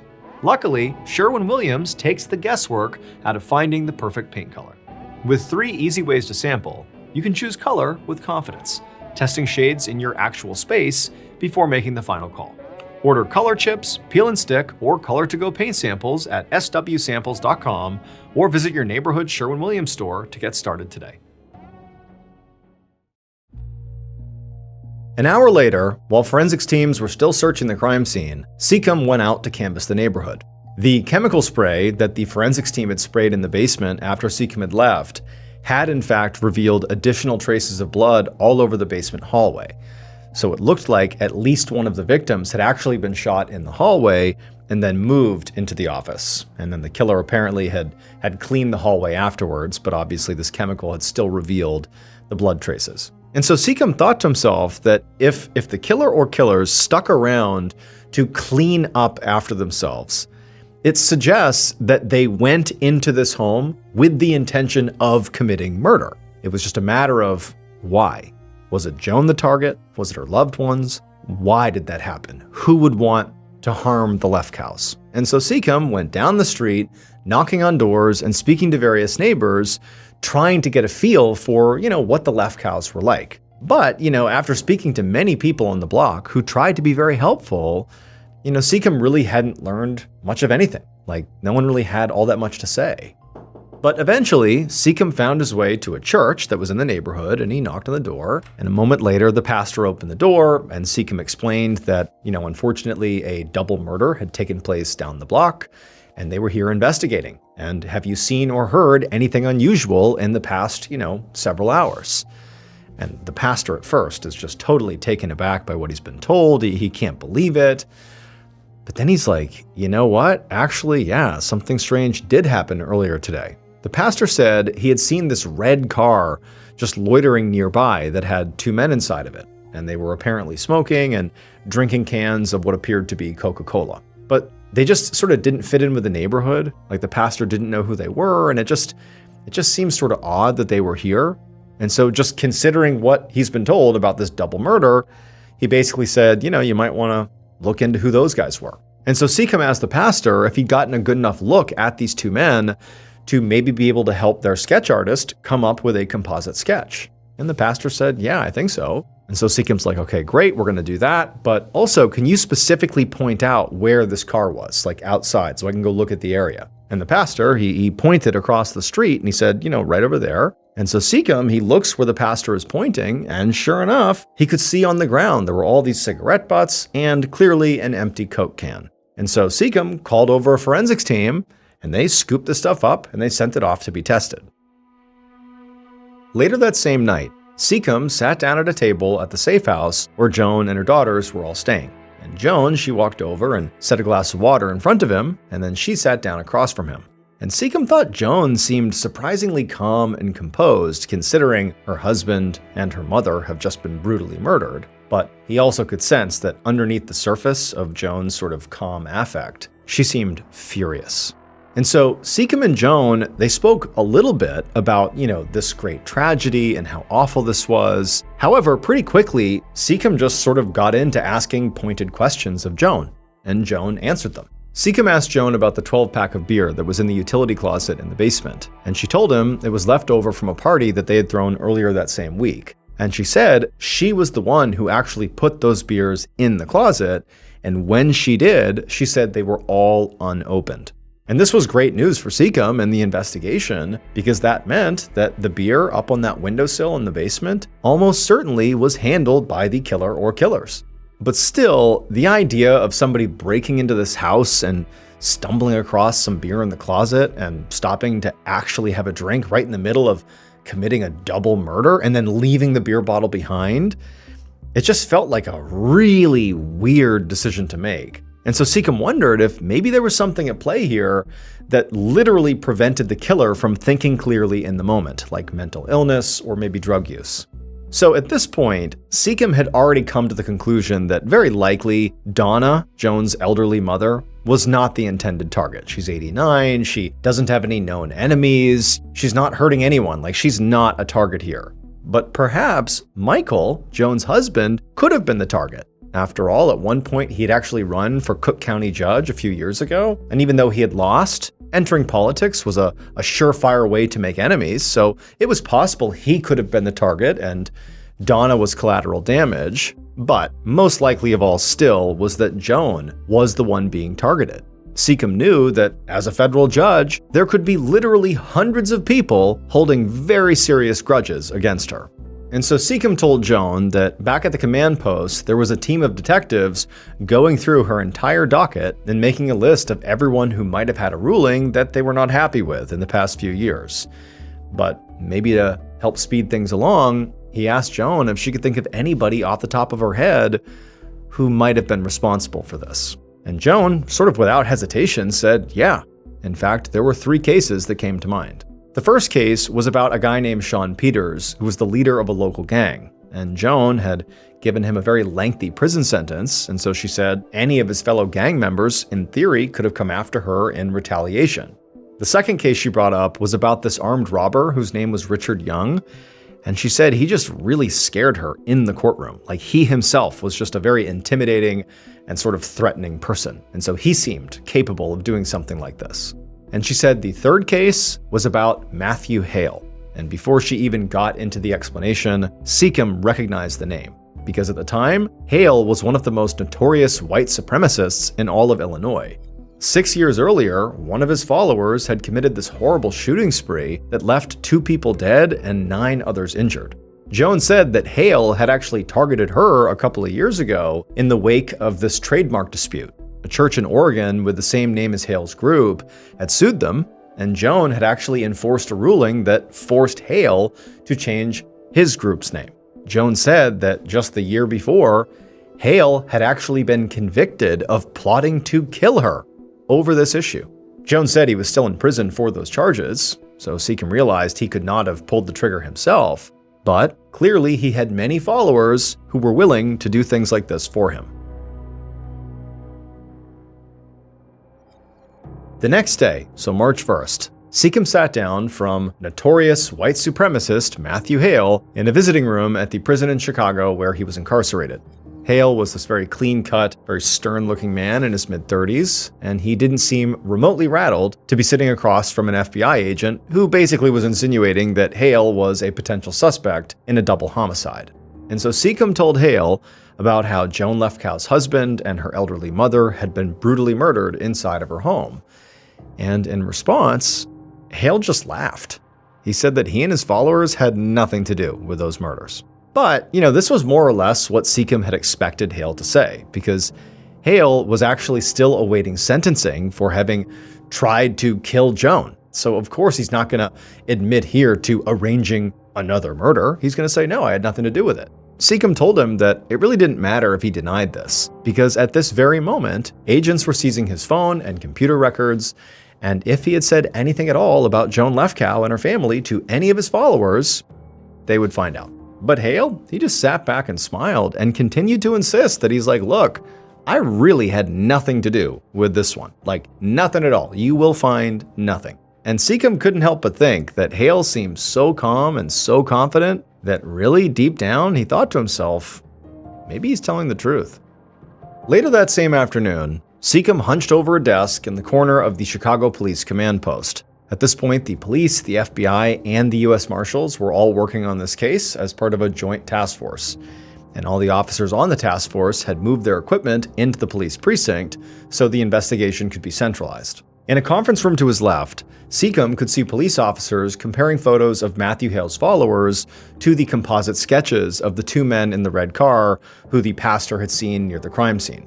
And at a desk to Seacom's right, there was another FBI agent who was listening to a recording of a phone call that Hale had recently made to his mother. The FBI at this point was taping all of Hale's phone calls in case he said anything incriminating. And meanwhile, other task force officers were sorting through this huge pile of letters that Hale had received in prison. However, after going through these letters, there was no mention of the Lefkows anywhere. However, at some point, Seacom would join these other officers and continue to sort through all this mail in case something got missed. And as he was sorting through, months worth of mail, something actually did catch his attention. For months, Hale had been exchanging letters with this woman whose name was Kathleen Robertazzo.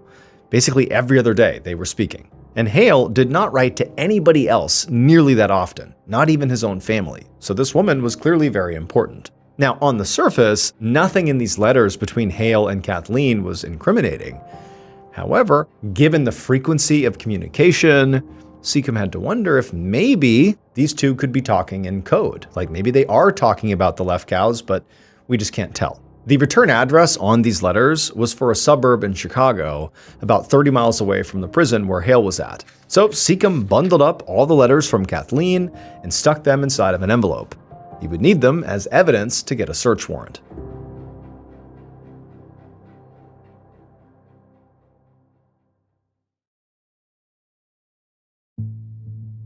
The next evening, March 2nd, 2005, Special Agent Douglas Seacom led a team of FBI agents up the driveway of a suburban home just outside of Chicago. And as they made their way up the driveway, they saw the car, parked there, was red, just like the car the pastor had seen outside the church that had been loitering near where Michael and Donna had been killed. Seacom made his way up to the front door and he knocked. And then a moment later, a woman answered, and he said, "Are you Kathleen Robertazzo?" And she said, "Yes." And he said, "Okay." And he held up a search warrant and he said, "We're here to search your house." And so Seacom stayed outside with Kathleen while the other agents went inside and swept the whole house. And Kathleen seemed really annoyed by this whole thing, but definitely not that surprised. And so while the team was searching the home, Seacom turned to Kathleen and asked her about her relationship with Matthew Hale. And he also asked her if she agreed with his, white supremacist views. And Kathleen admitted that, she did have a relationship with Matthew, but she corrected Seacom and said, "I'm not a white supremacist, I'm a white separatist." Seacom sighed and moved on to asking Kathleen about her whereabouts on the day of Michael and Donna's murders. And Kathleen insisted that she had nothing to do with that. She gave Seacom her alibi for the whole day of February 28th, and while Seacom was writing down the details on his notepad, the other agents came back out of the house carrying a computer. When Kathleen began complaining that she needed that computer for her work, Seacom told her that they'd return it as soon as they searched it. And then before Seacom put his notepad away, he looked down to the driveway and he looked at Kathleen's red car. And he remembered that he actually hadn't written down the license plate or the make or the model. But as he's looking at this car, he's realizing that there's no way this car matched the description of the pastor's red car that he had seen loitering outside of the church. Like, this was definitely not the same car that was suspected of being involved in the murder. 2 days later, on the evening of Friday, March 4th, so now 4 days after Michael and Donna were killed, Special Agent Seacom carried a cup of coffee into a meeting room with the other officers on the task force, and he looked around the room and everybody just looked completely exhausted.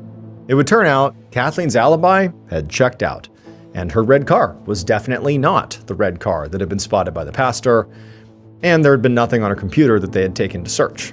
So basically, she was cleared. And so Seacom and his fellow FBI agents, over the past couple of days, this is right after Kathleen was cleared, they had gone ahead and expanded their search and began interviewing more and more of Matthew Hale's followers. And a lot of them were very confrontational, and at least 3 people were detained for starting fights with the investigators. But one by one, their alibis began to check out, and so none of them were tied to Michael and Donna's murders, at least not yet.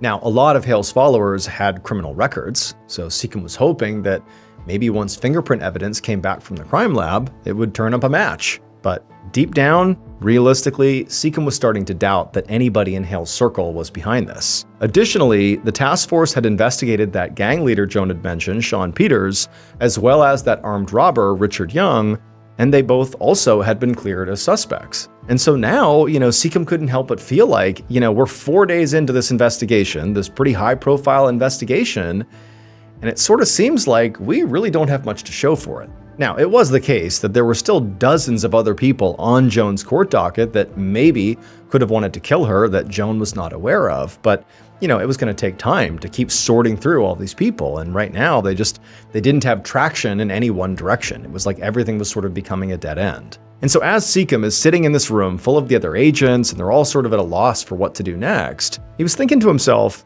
is it possible that we've all just sort of wrongfully jumped to conclusions? We all basically assumed that this attack was, targeted at Joan.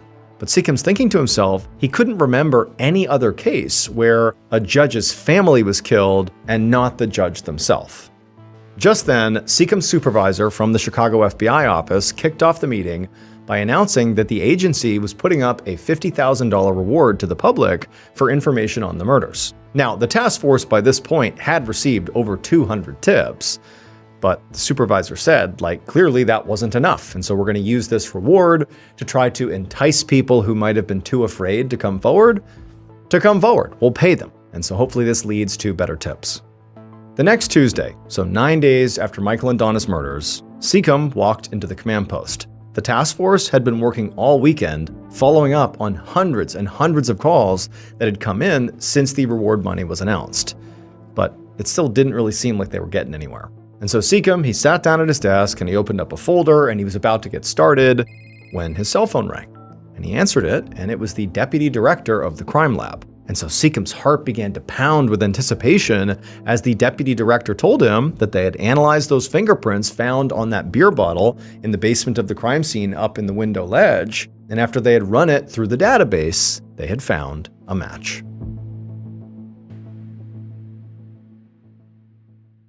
Based on forensic evidence and a confession from the killer, this is what police believe happened to Michael Lefkow and Donna Humphrey on February 28, 2005.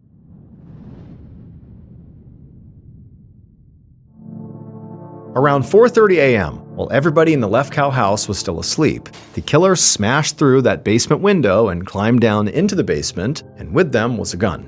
Their plan was to hide in the utility closet all day, and then once everybody inside the house cleared out, they would leave the utility closet, sneak upstairs, and they would wait. And when the time was right, they would jump out, and they would ambush the person that they wanted to seek revenge on. But things did not go according to plan.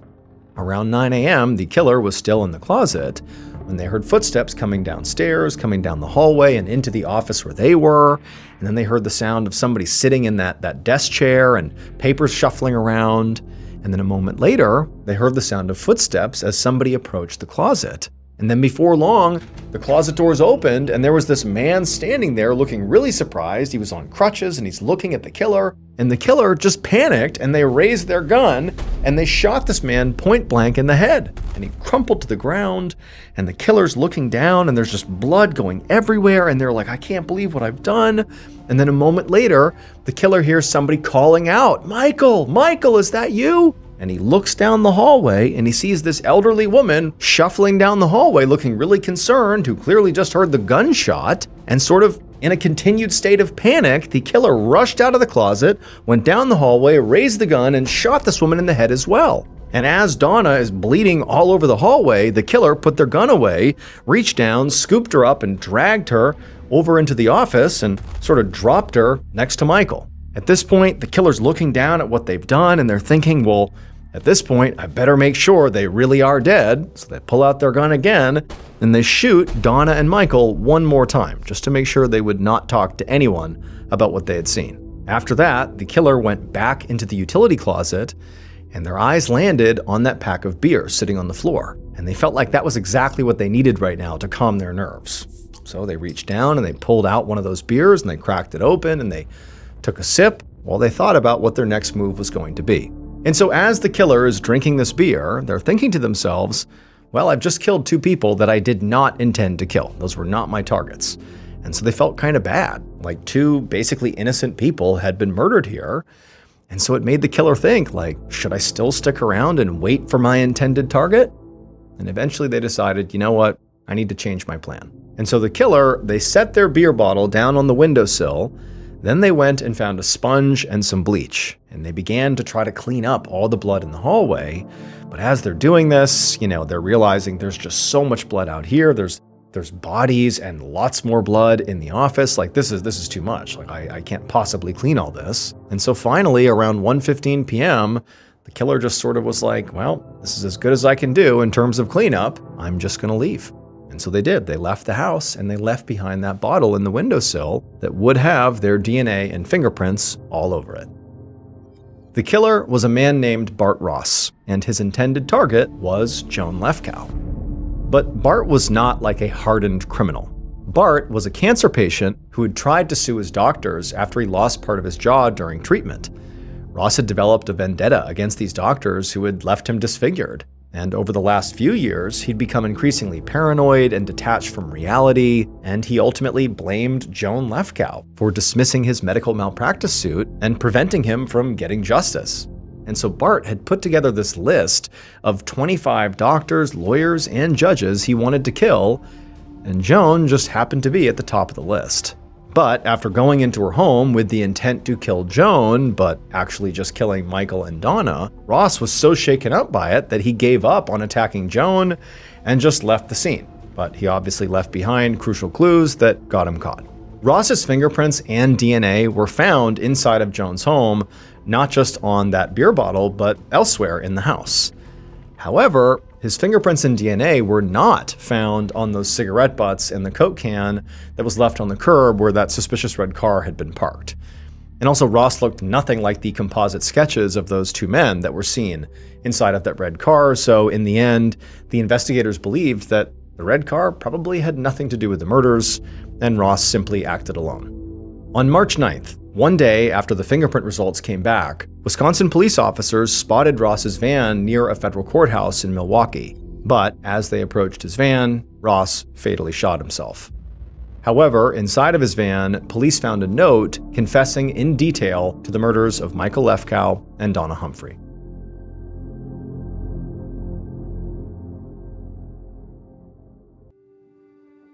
Around 6:30 p.m. on December 10th, 1991, a 22-year-old security guard named Brian Ruff sat inside of a guard shack at the Kennecott Copper Mine in northern Utah, reading a college textbook. The shack was barely big enough for one person to sit inside of, and there were windows on all four sides looking out into the total darkness. The sun was already down, and this was a really isolated part of the mine with no lights or other buildings nearby, so apart from a little bit of moonlight on the snow, it was basically pitch black outside. Brian had worked as a security guard for this mine for a little over a year, but he'd only been stationed at this particular guard shack for a couple of weeks now. And in his opinion, it was the worst post he could have been assigned to. His job was to guard this chain link gate on a remote service road that led into the canyons. This was a really out-of-the-way entrance into the mine, which meant that not a lot of vehicles came this way. So the job was basically just really boring. But it was also simultaneously very dangerous. The Kennecott Copper Mine was known as the richest hole on Earth because of the huge amount of valuable materials buried there, including obviously copper and gold and silver. And that made it a big target for thieves. In fact, in just the past few months, more than $150,000 worth of material and equipment had been stolen from the mine. So as a result, Brian was a little bit nervous about being out here in the middle of nowhere. Not only because it was, pitch black outside, but also he was unarmed and there were no security cameras. So if he did encounter thieves, he basically had to handle it by himself, armed with nothing more than a telephone to call for help. But on this particular night, his shift had been, routine so far, slow and uneventful. So Brian was now just sort of passing the time studying. He was in nursing school and his final exams were coming up in a few days, so he was just sort of poring over his textbooks and notes to prepare. While he studied, he took out his thermos full of soup that he had brought for dinner. And just as he began eating the soup, the phone on his desk rang. Now, Brian immediately did want to answer the phone because he knew very likely it was his wife, Jennifer.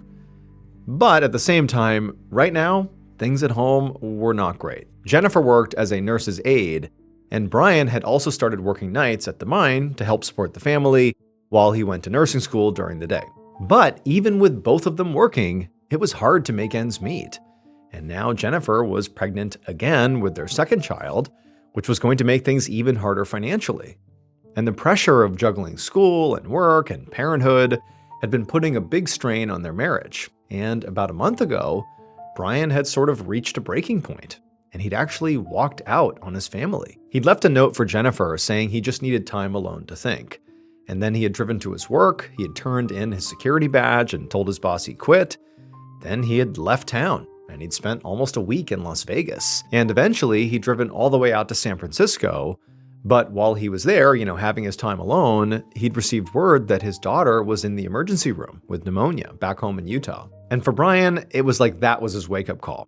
He realized he could not live with himself if he truly abandoned his family. And so he drove right back to Utah to be with Jennifer and to be with his daughter, who would make a recovery. And, Jennifer, she would take Brian back, despite, him walking out on the family, at least for a short time. But her accepting him back into the fold did not sort of make them return to normal.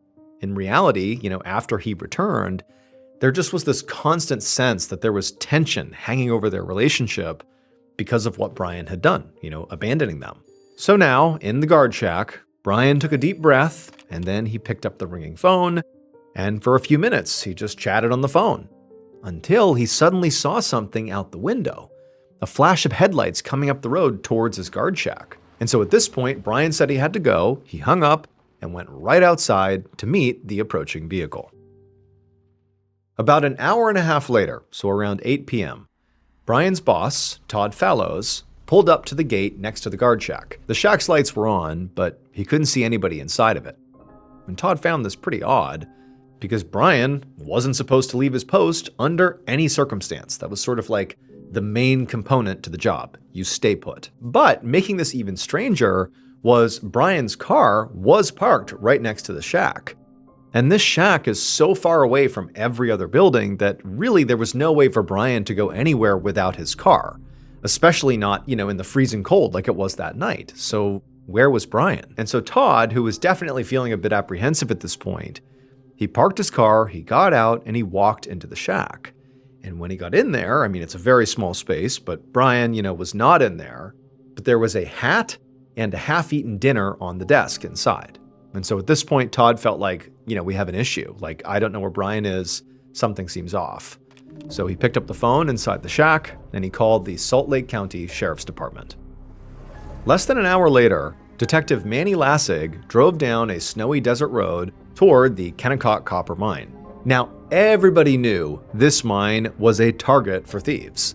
So when the sheriff's department got a call that a security guard had seemingly vanished into thin air in the middle of his shift, well, Detective Lassig went out right away to investigate, because the thought was, this could have been perpetrated by thieves. Maybe, Brian's been kidnapped or something. When Lassig pulled up to the mine's main entrance, there was another vehicle parked right in front, and it flashed its headlights at him. And then a man in a security guard's uniform rolled down the driver's side window and sort of waved Lassig over. And so Lassig pulled up next to this car, and the man in this other car told Lassig that he was Todd Fallows, the supervisor who had called in about the missing guard. Then after that, Todd started up his engine and told Lassig to follow him. And so he did. He followed him off into the darkness, driving down this dark, winding road that led into the canyons.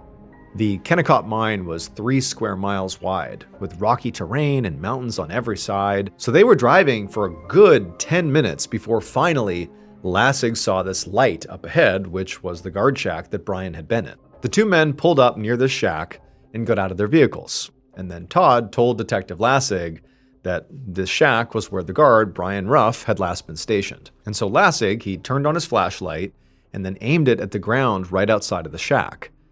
But there wasn't much to see.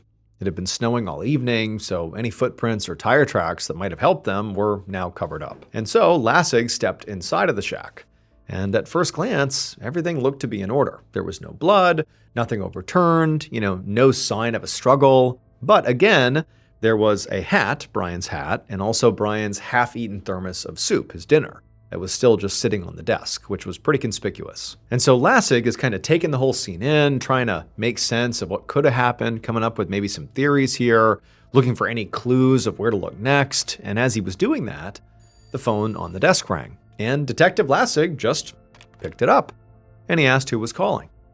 And the woman on the line sounded very surprised, and she said her name was Jennifer Ruff, and she was trying to reach out to her husband, Brian Ruff. Lassig quickly explained that he was with the sheriff's department and that her husband Brian had at some point this night left his post and now couldn't be found, and so he was literally looking for her husband. And so he asked Jennifer when was the last time she had spoken to Brian. And Jennifer, she was obviously taken aback by this news, but she said she had just spoken with her husband a couple hours ago. She said they were talking, and then suddenly Brian had to hang up because he said he saw a car coming up the road. Lassig asked her if Brian had said anything specific about this particular car that was approaching or, who was driving the car or anything.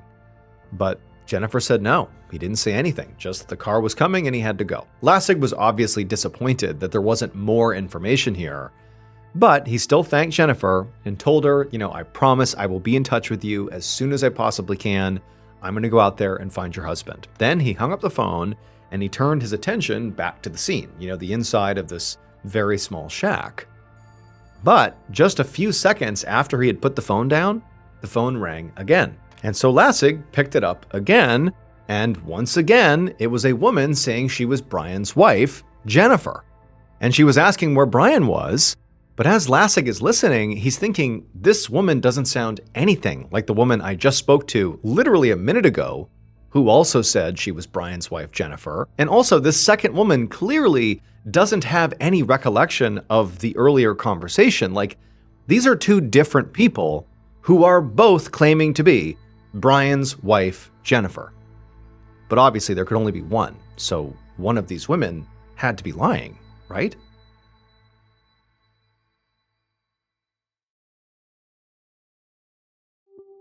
On a morning in mid-December of 1991, so just a few days after Brian Ruff's disappearance from his remote guard shack, and still he had not been found yet, Detective Manny Lassig sat down with a cup of coffee in the Ruff's dining room across from Brian's wife, Jennifer. The investigation had been moving slowly so far because, for the first few days, everyone had been hoping that Brian would just return on his own.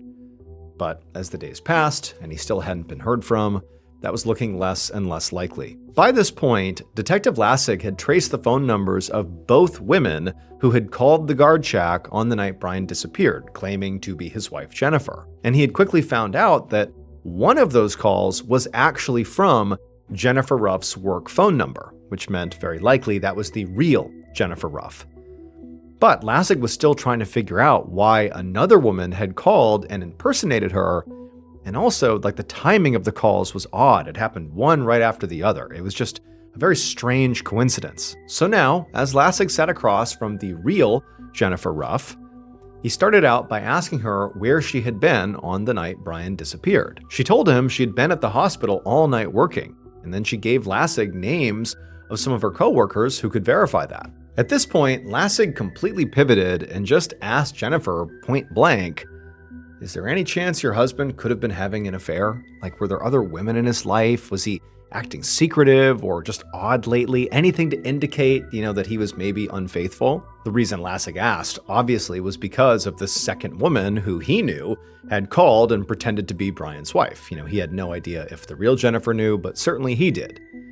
And the real Jennifer, when she heard this question, she just sort of looked down and then she looked up and she said, "Yes, I am suspicious of that." She told Lassig that she and Brian had been having some real issues in their marriage lately. And in fact, just the previous month, Brian had sort of inexplicably, ran out on the family because he needed time alone. And he was gone and out of contact for that whole time until he just came back begging to be taken back.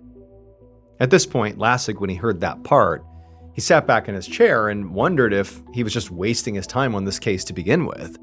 Because if Brian had previously left and then eventually came back after being totally out of contact, well, what's to say he wasn't doing that right now? What if this was him again, sort of running off to be alone and he would just turn back up again at some point? But Jennifer must have noticed that that's sort of where Lassig's mind was going, because she rushed to add in that, the last time when he ran out for that week, he had left a note for her and even told his boss that he was quitting. Like, there was some warning before he left. She sort of made it dramatic, but he definitely told people before he was going to be gone. In fact, she became insistent that really it was not like Brian to not give warning. Like for him to just vanish mid-shift like that, like he's done right now, that's not something Brian would do. He's got some faults, but that's not something he would do. Detective Lassig asked Jennifer where Brian had actually gone when he disappeared that first time.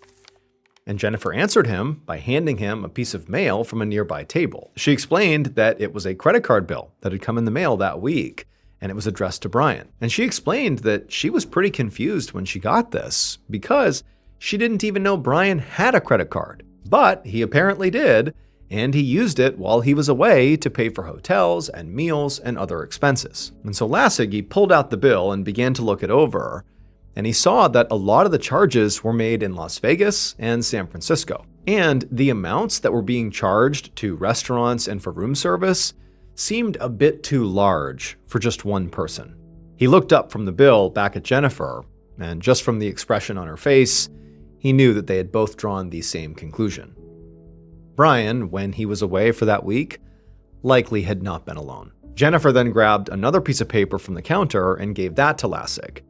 This was a phone bill for the family's landline, with a full list of every call that had been made and received in the past month. Jennifer said there were definitely some numbers on this list that she didn't recognize, and she thought maybe one of them could be this person that Brian had been traveling with. And as Lassig looked over this list, one of the phone numbers immediately stood out to him, because that woman who had called the guard shack on the night Brian disappeared and pretended to be Jennifer, basically called right after the real Jennifer, that phone number that was used for the fake Jennifer was the number he was now seeing on this list.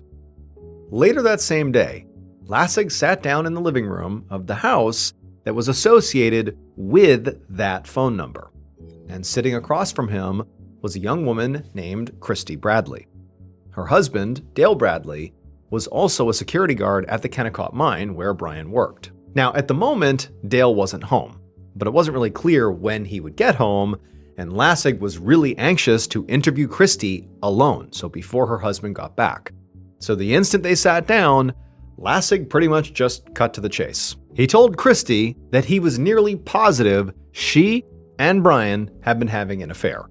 And then before she could say anything, he pulled out that bill that Jennifer had given him and showed her all the evidence. Christy, when she saw this, for a second looked defiant, but then just broke down and admitted it was true. She said they'd been seeing each other for a while now, and in fact, the month before, they had run away together for about a week. But even though they had ultimately come back and they both went back to their respective families, she said that they had still been very much in touch. Christy said that was the reason she had called the guard shack on the night Brian disappeared, just to call and just be in touch with him. That was it. But she said when the person answered, and it was a voice that was unfamiliar, it was Detective Lassig, she said that sort of on instinct, she just began to lie and pretended to be Jennifer, Brian's real wife, just so, their affair would not come to light. But Christy made it very clear that she had not heard from Brian since he disappeared, and she had no clue what happened to him. At this point, Lassig sat back on the couch and just looked at Christy, kind of sizing her up. And he thought, she seemed pretty genuinely worried about Brian. And even though the call she had made to the guard shack was ultimately very suspicious and pretty bizarre, her explanation for it did make sense. But at this point, he was certainly not going to rule her out as a suspect quite yet. Also, Lassig knew that Christy's husband, Dale, was also now clearly a primary suspect. Because, if he had found out about this affair, he could have easily hurt Brian in retaliation. The following day, Lassig walked into an interrogation room at the sheriff's station where Dale was already seated and waiting for him. And the moment Lassig walked in, Dale immediately asked him if there was any news about Brian. Lassig said no, not yet. And it seemed to him like Dale's disappointment was genuine, like he was worried about him. Lassig sat down and he asked Dale about how long he'd known Brian for. And Dale said they had met maybe about a year ago when Brian started working at the mine, and they'd become pretty close friends. They'd even hung out together outside of work. At this point, Lassig, almost to catch Dale off guard, he pivoted sort of abruptly and just asked Dale point blank about his wife's affair. And Dale, when he heard that his wife was having an affair, seemed sort of stunned, and he said he didn't know anything about Christy having an affair. At this point, Lassig just explained to him what his wife had already told him. And Dale appeared genuinely upset. Like, the idea she was cheating on him was horrible, especially with someone he considered clearly to be a close friend. And so as Dale is sort of reacting to this really shocking news, Lassig asked him where he was on the night of December 10th when Brian disappeared. And so Dale, who again is sort of like dealing with the shocking news he's just been told, for a moment he just was unable to answer. He ultimately composed himself and he said that actually his car had gotten stuck in the snow while he was at the University of Utah in Salt Lake City, almost an hour away from the mine. And in fact, he had even had to call a friend to come get him out of the snow. And then he gave Lassig the name of this friend so he could call and confirm it. After taking down this friend's name, Lassig told Dale that he really wanted him to take a polygraph test, and also they would have to search his car. And Dale agreed to both, with no hesitation. One morning, a few weeks later, Lassig walked across a parking lot toward an office building at the Kennecott mine. So far, Brian had still not turned up, and the search for him had been frustrating because none of the people Lassig had questioned so far had given him any useful information. Dale Bradley, along with his wife, Christy Bradley, had both taken polygraph tests, and both had passed. Lassig had also searched the red Mustang that Dale drove, but there was no evidence in it that linked Dale to Brian's disappearance. Plus, the friend who had helped Dale get his Mustang out of the snow had confirmed he had done that, so his alibi was solid. So at this point, Dale and Christy were sort of unofficially off the suspect list. Lassig had also considered the fact that maybe Jennifer, the real Jennifer, so Brian's actual wife, maybe she was involved in her husband's disappearance, despite how, honestly she came across. Now, her coworkers had confirmed she had been at work all evening on the night Brian disappeared, but it wasn't impossible that she could have maybe been working with an accomplice or maybe hired somebody to kill Brian or something. But with no evidence against her and also no body, Brian has not been found here, all Lassig really had here was just a hunch that, maybe she was involved, but who knows. However, just a few days ago, Lassig had received a new lead that sent his investigation in a new direction. That was why he was here right now at the Kennecott mine to speak to Brian's supervisor, Todd Fallows. So Lassig went inside the building and made his way down the hallway to Todd's office. And when Todd saw the detective, he jumped up and he very eagerly greeted him and said he would do whatever he had to do to try to help find Brian. Lassig thanked him, but told Todd to sit back down. And then Lassig sat down as well, and then he pulled out a tape recorder and he hit record. And then he told Todd why he was there. 2 of Brian's fellow security guards had just been arrested for stealing precious metal and equipment from the mine and then selling it at pawn shops. In fact, the investigation had discovered that a whole ring of Kennecott employees were involved in these thefts. Todd sort of began to shift in his chair and said he had heard about that, but he insisted he was never involved in any of these thefts. And he said he'd already been questioned by detectives from the Property Crimes Division. Lassig said he understood that, and that was not really why he was here. He said when he looked through the records of the investigation about these thefts, he'd found out that Brian had actually been the one who reported some of the thefts that were going on. So now Lassig wondered if maybe on the night of Brian's disappearance, he'd stopped one of his coworkers' vehicles and found stolen materials inside, and maybe they had killed him to keep him quiet. Todd sat back in his chair and looked sort of lost in thought for a moment, and then he admitted that, yeah, that could be possible. He then told Detective Lassig he could actually think of several places on the mine's property where maybe Brian's body was hidden by these, fellow employees if they did this. And then as an example, he suggested the gravel pile by the concentrator, which crushes the minerals and grinds them up. Todd explained that if Brian had been placed there, he would have very likely gotten sucked into the grinders and pulverized with all the other rocks. He'd basically be gone. Detective Lassig was surprised by how specific Todd was being. I mean, Todd had really come up with this theory very quickly. So, sensing that Todd might be a little suspicious here, he just let Todd keep going. And Todd did.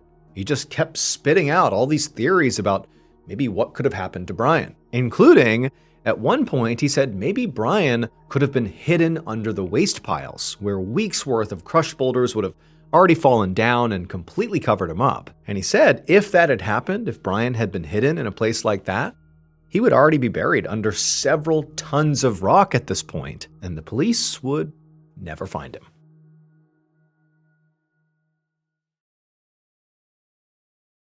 On July 10th, 1993, so a year and a half after Brian Ruff disappeared, Detective Lassig drove through a barren desert in Utah about 50 miles south of Kennecott Mine. There had been basically no progress on the case for over a year. The sheriff's department had spent countless hours scouring the mine with police dogs and helicopters, looking for any sign that Brian might have been killed or buried or hidden somewhere there. But so far, there was still no trace of Brian. Now, Lassig was confident that there had to have been foul play involved, but it was impossible to prove that when he didn't have a body or evidence that tied any of his suspects to the crime. For months, Lassig's team had looked into every single security guard at the Kennecott mine, especially the ones who had been implicated in that theft ring, but they had ultimately verified that every guard on duty was at their post at the time Brian disappeared.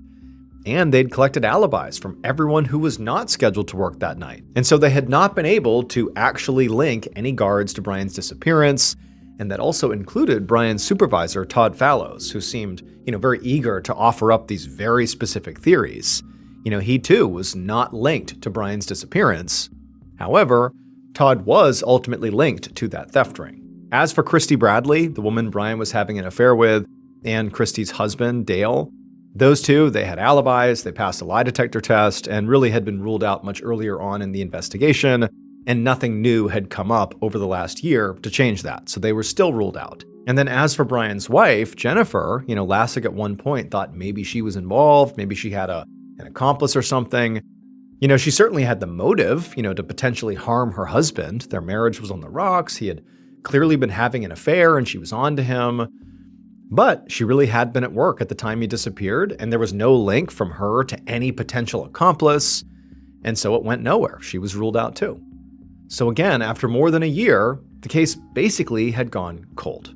However, that particular morning, the investigation had been reinvigorated because a group of campers had called in and said they had found skeletal remains out in the desert. Lassig knew this was obviously a long shot, but he was holding out hope that maybe it was Brian. So when he arrived at the location the campers had described, Lassig got out of his car and he walked a short distance across the barren ground to where a forensics team was setting up crime scene tape in the brush. As Lassig got closer to the crime scene, he could see a human skeleton lying in a shallow grave. The skeleton was clothed in a dust-covered dark blue jacket, and when Lassig crouched down to get a better look, he saw that it was clearly a security guard's uniform. Lassig put on some gloves and then searched the pockets of this jacket, and his fingers immediately landed on a wallet. And when he pulled it out and he looked inside, he found ID cards and credit cards with the name Brian Ruff. Now, at this point, it seemed fairly apparent that the body had to belong to Brian, But because the body was so decomposed, they would have to examine Brian's dental records to definitively ID him, which would take some time.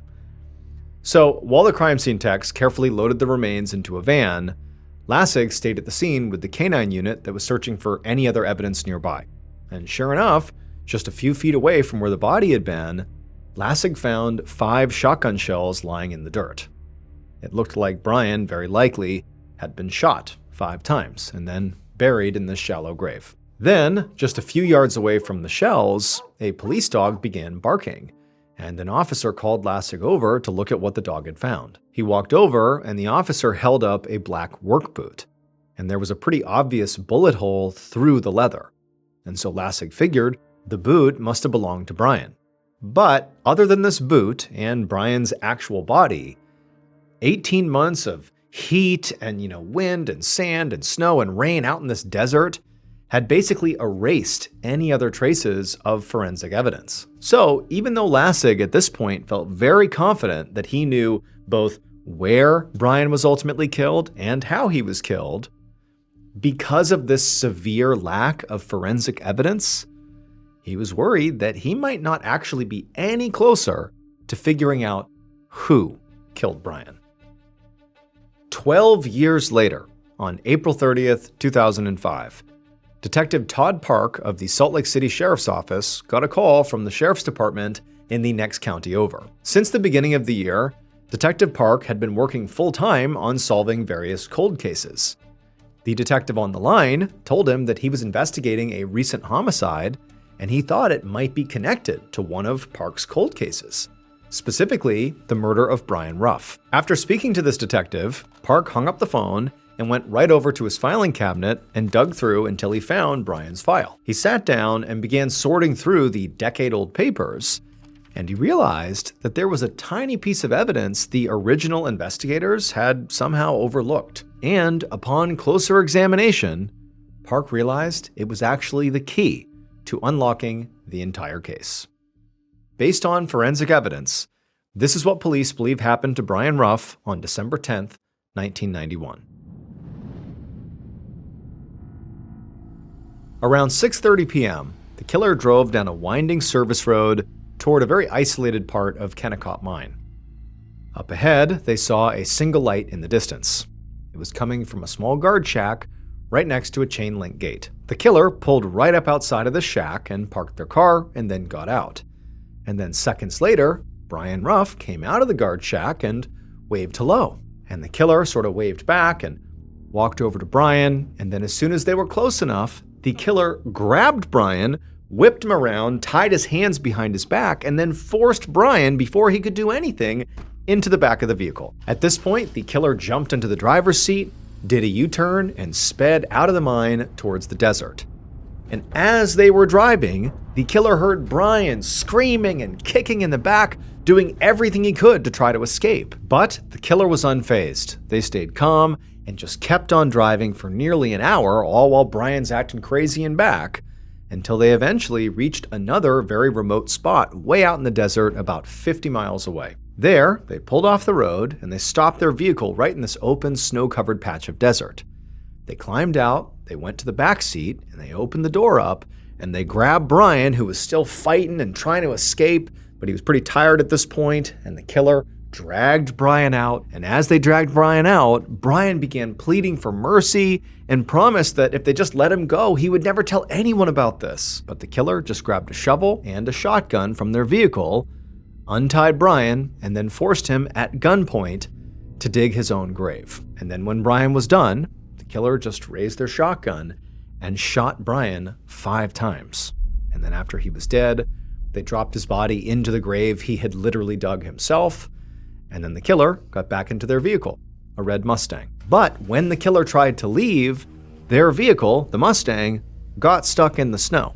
And so they had to call a friend who did come out, who had no idea a murder has just been committed literally right over there. There's a body buried, right over there. They didn't know. They helped the killer get out of the snow, and off they drove. The killer was Dale Bradley, the co-worker whose wife Brian was having an affair with. Dale's alibi that he had been an hour away, his car was stuck in the snow on the night Brian disappeared, well, it was true. Except that wasn't an alibi. He was basically describing being at the crime scene and having another friend come and help him flee the crime scene. But the friend, who absolutely said, "Yup, he was an hour away. I helped him get his car out of the snow," the friend had no idea. This is where a murder has just taken place. And so they told the truth, and Dale sort of acted like, "Yep, that's my alibi."